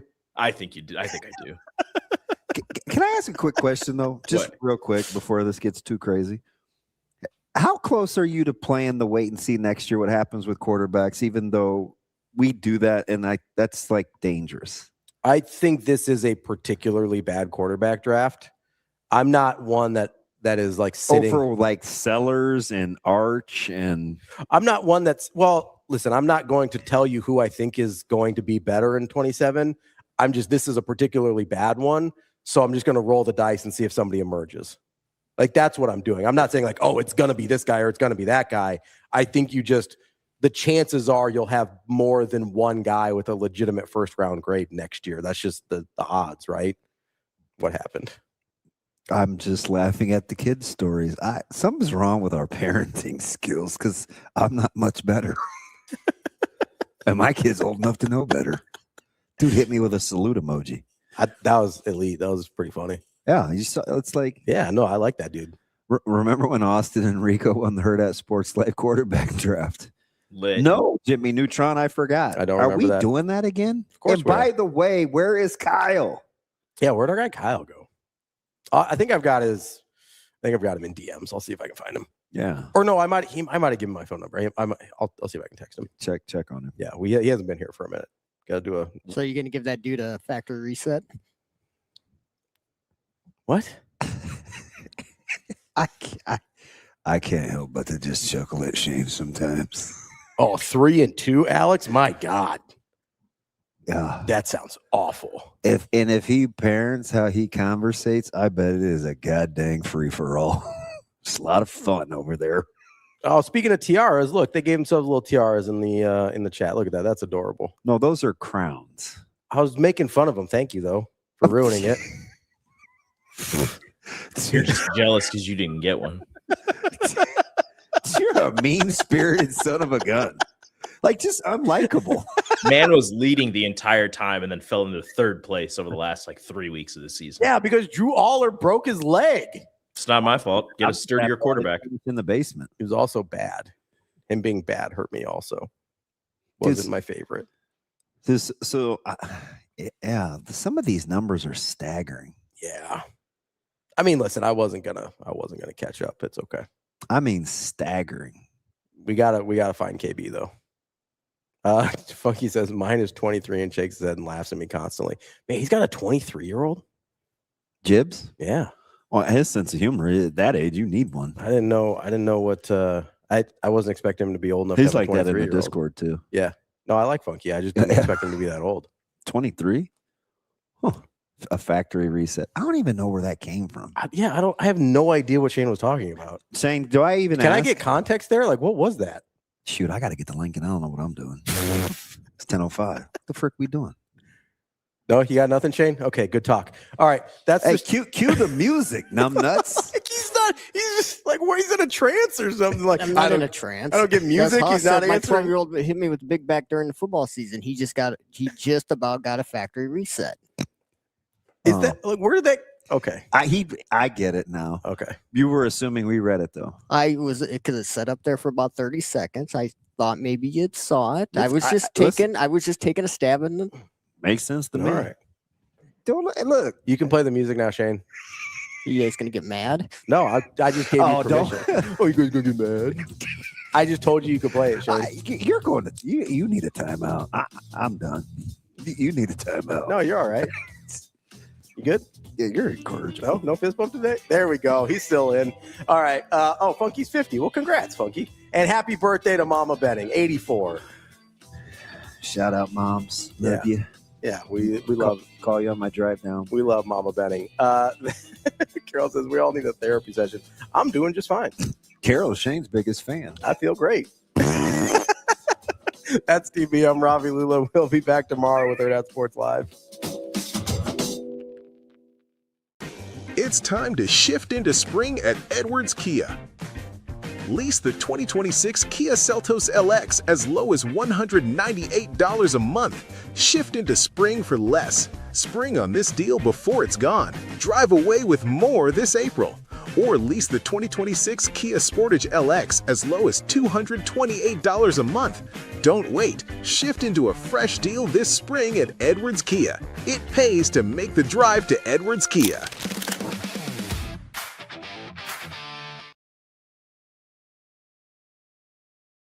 See you. Have a good day. Love you.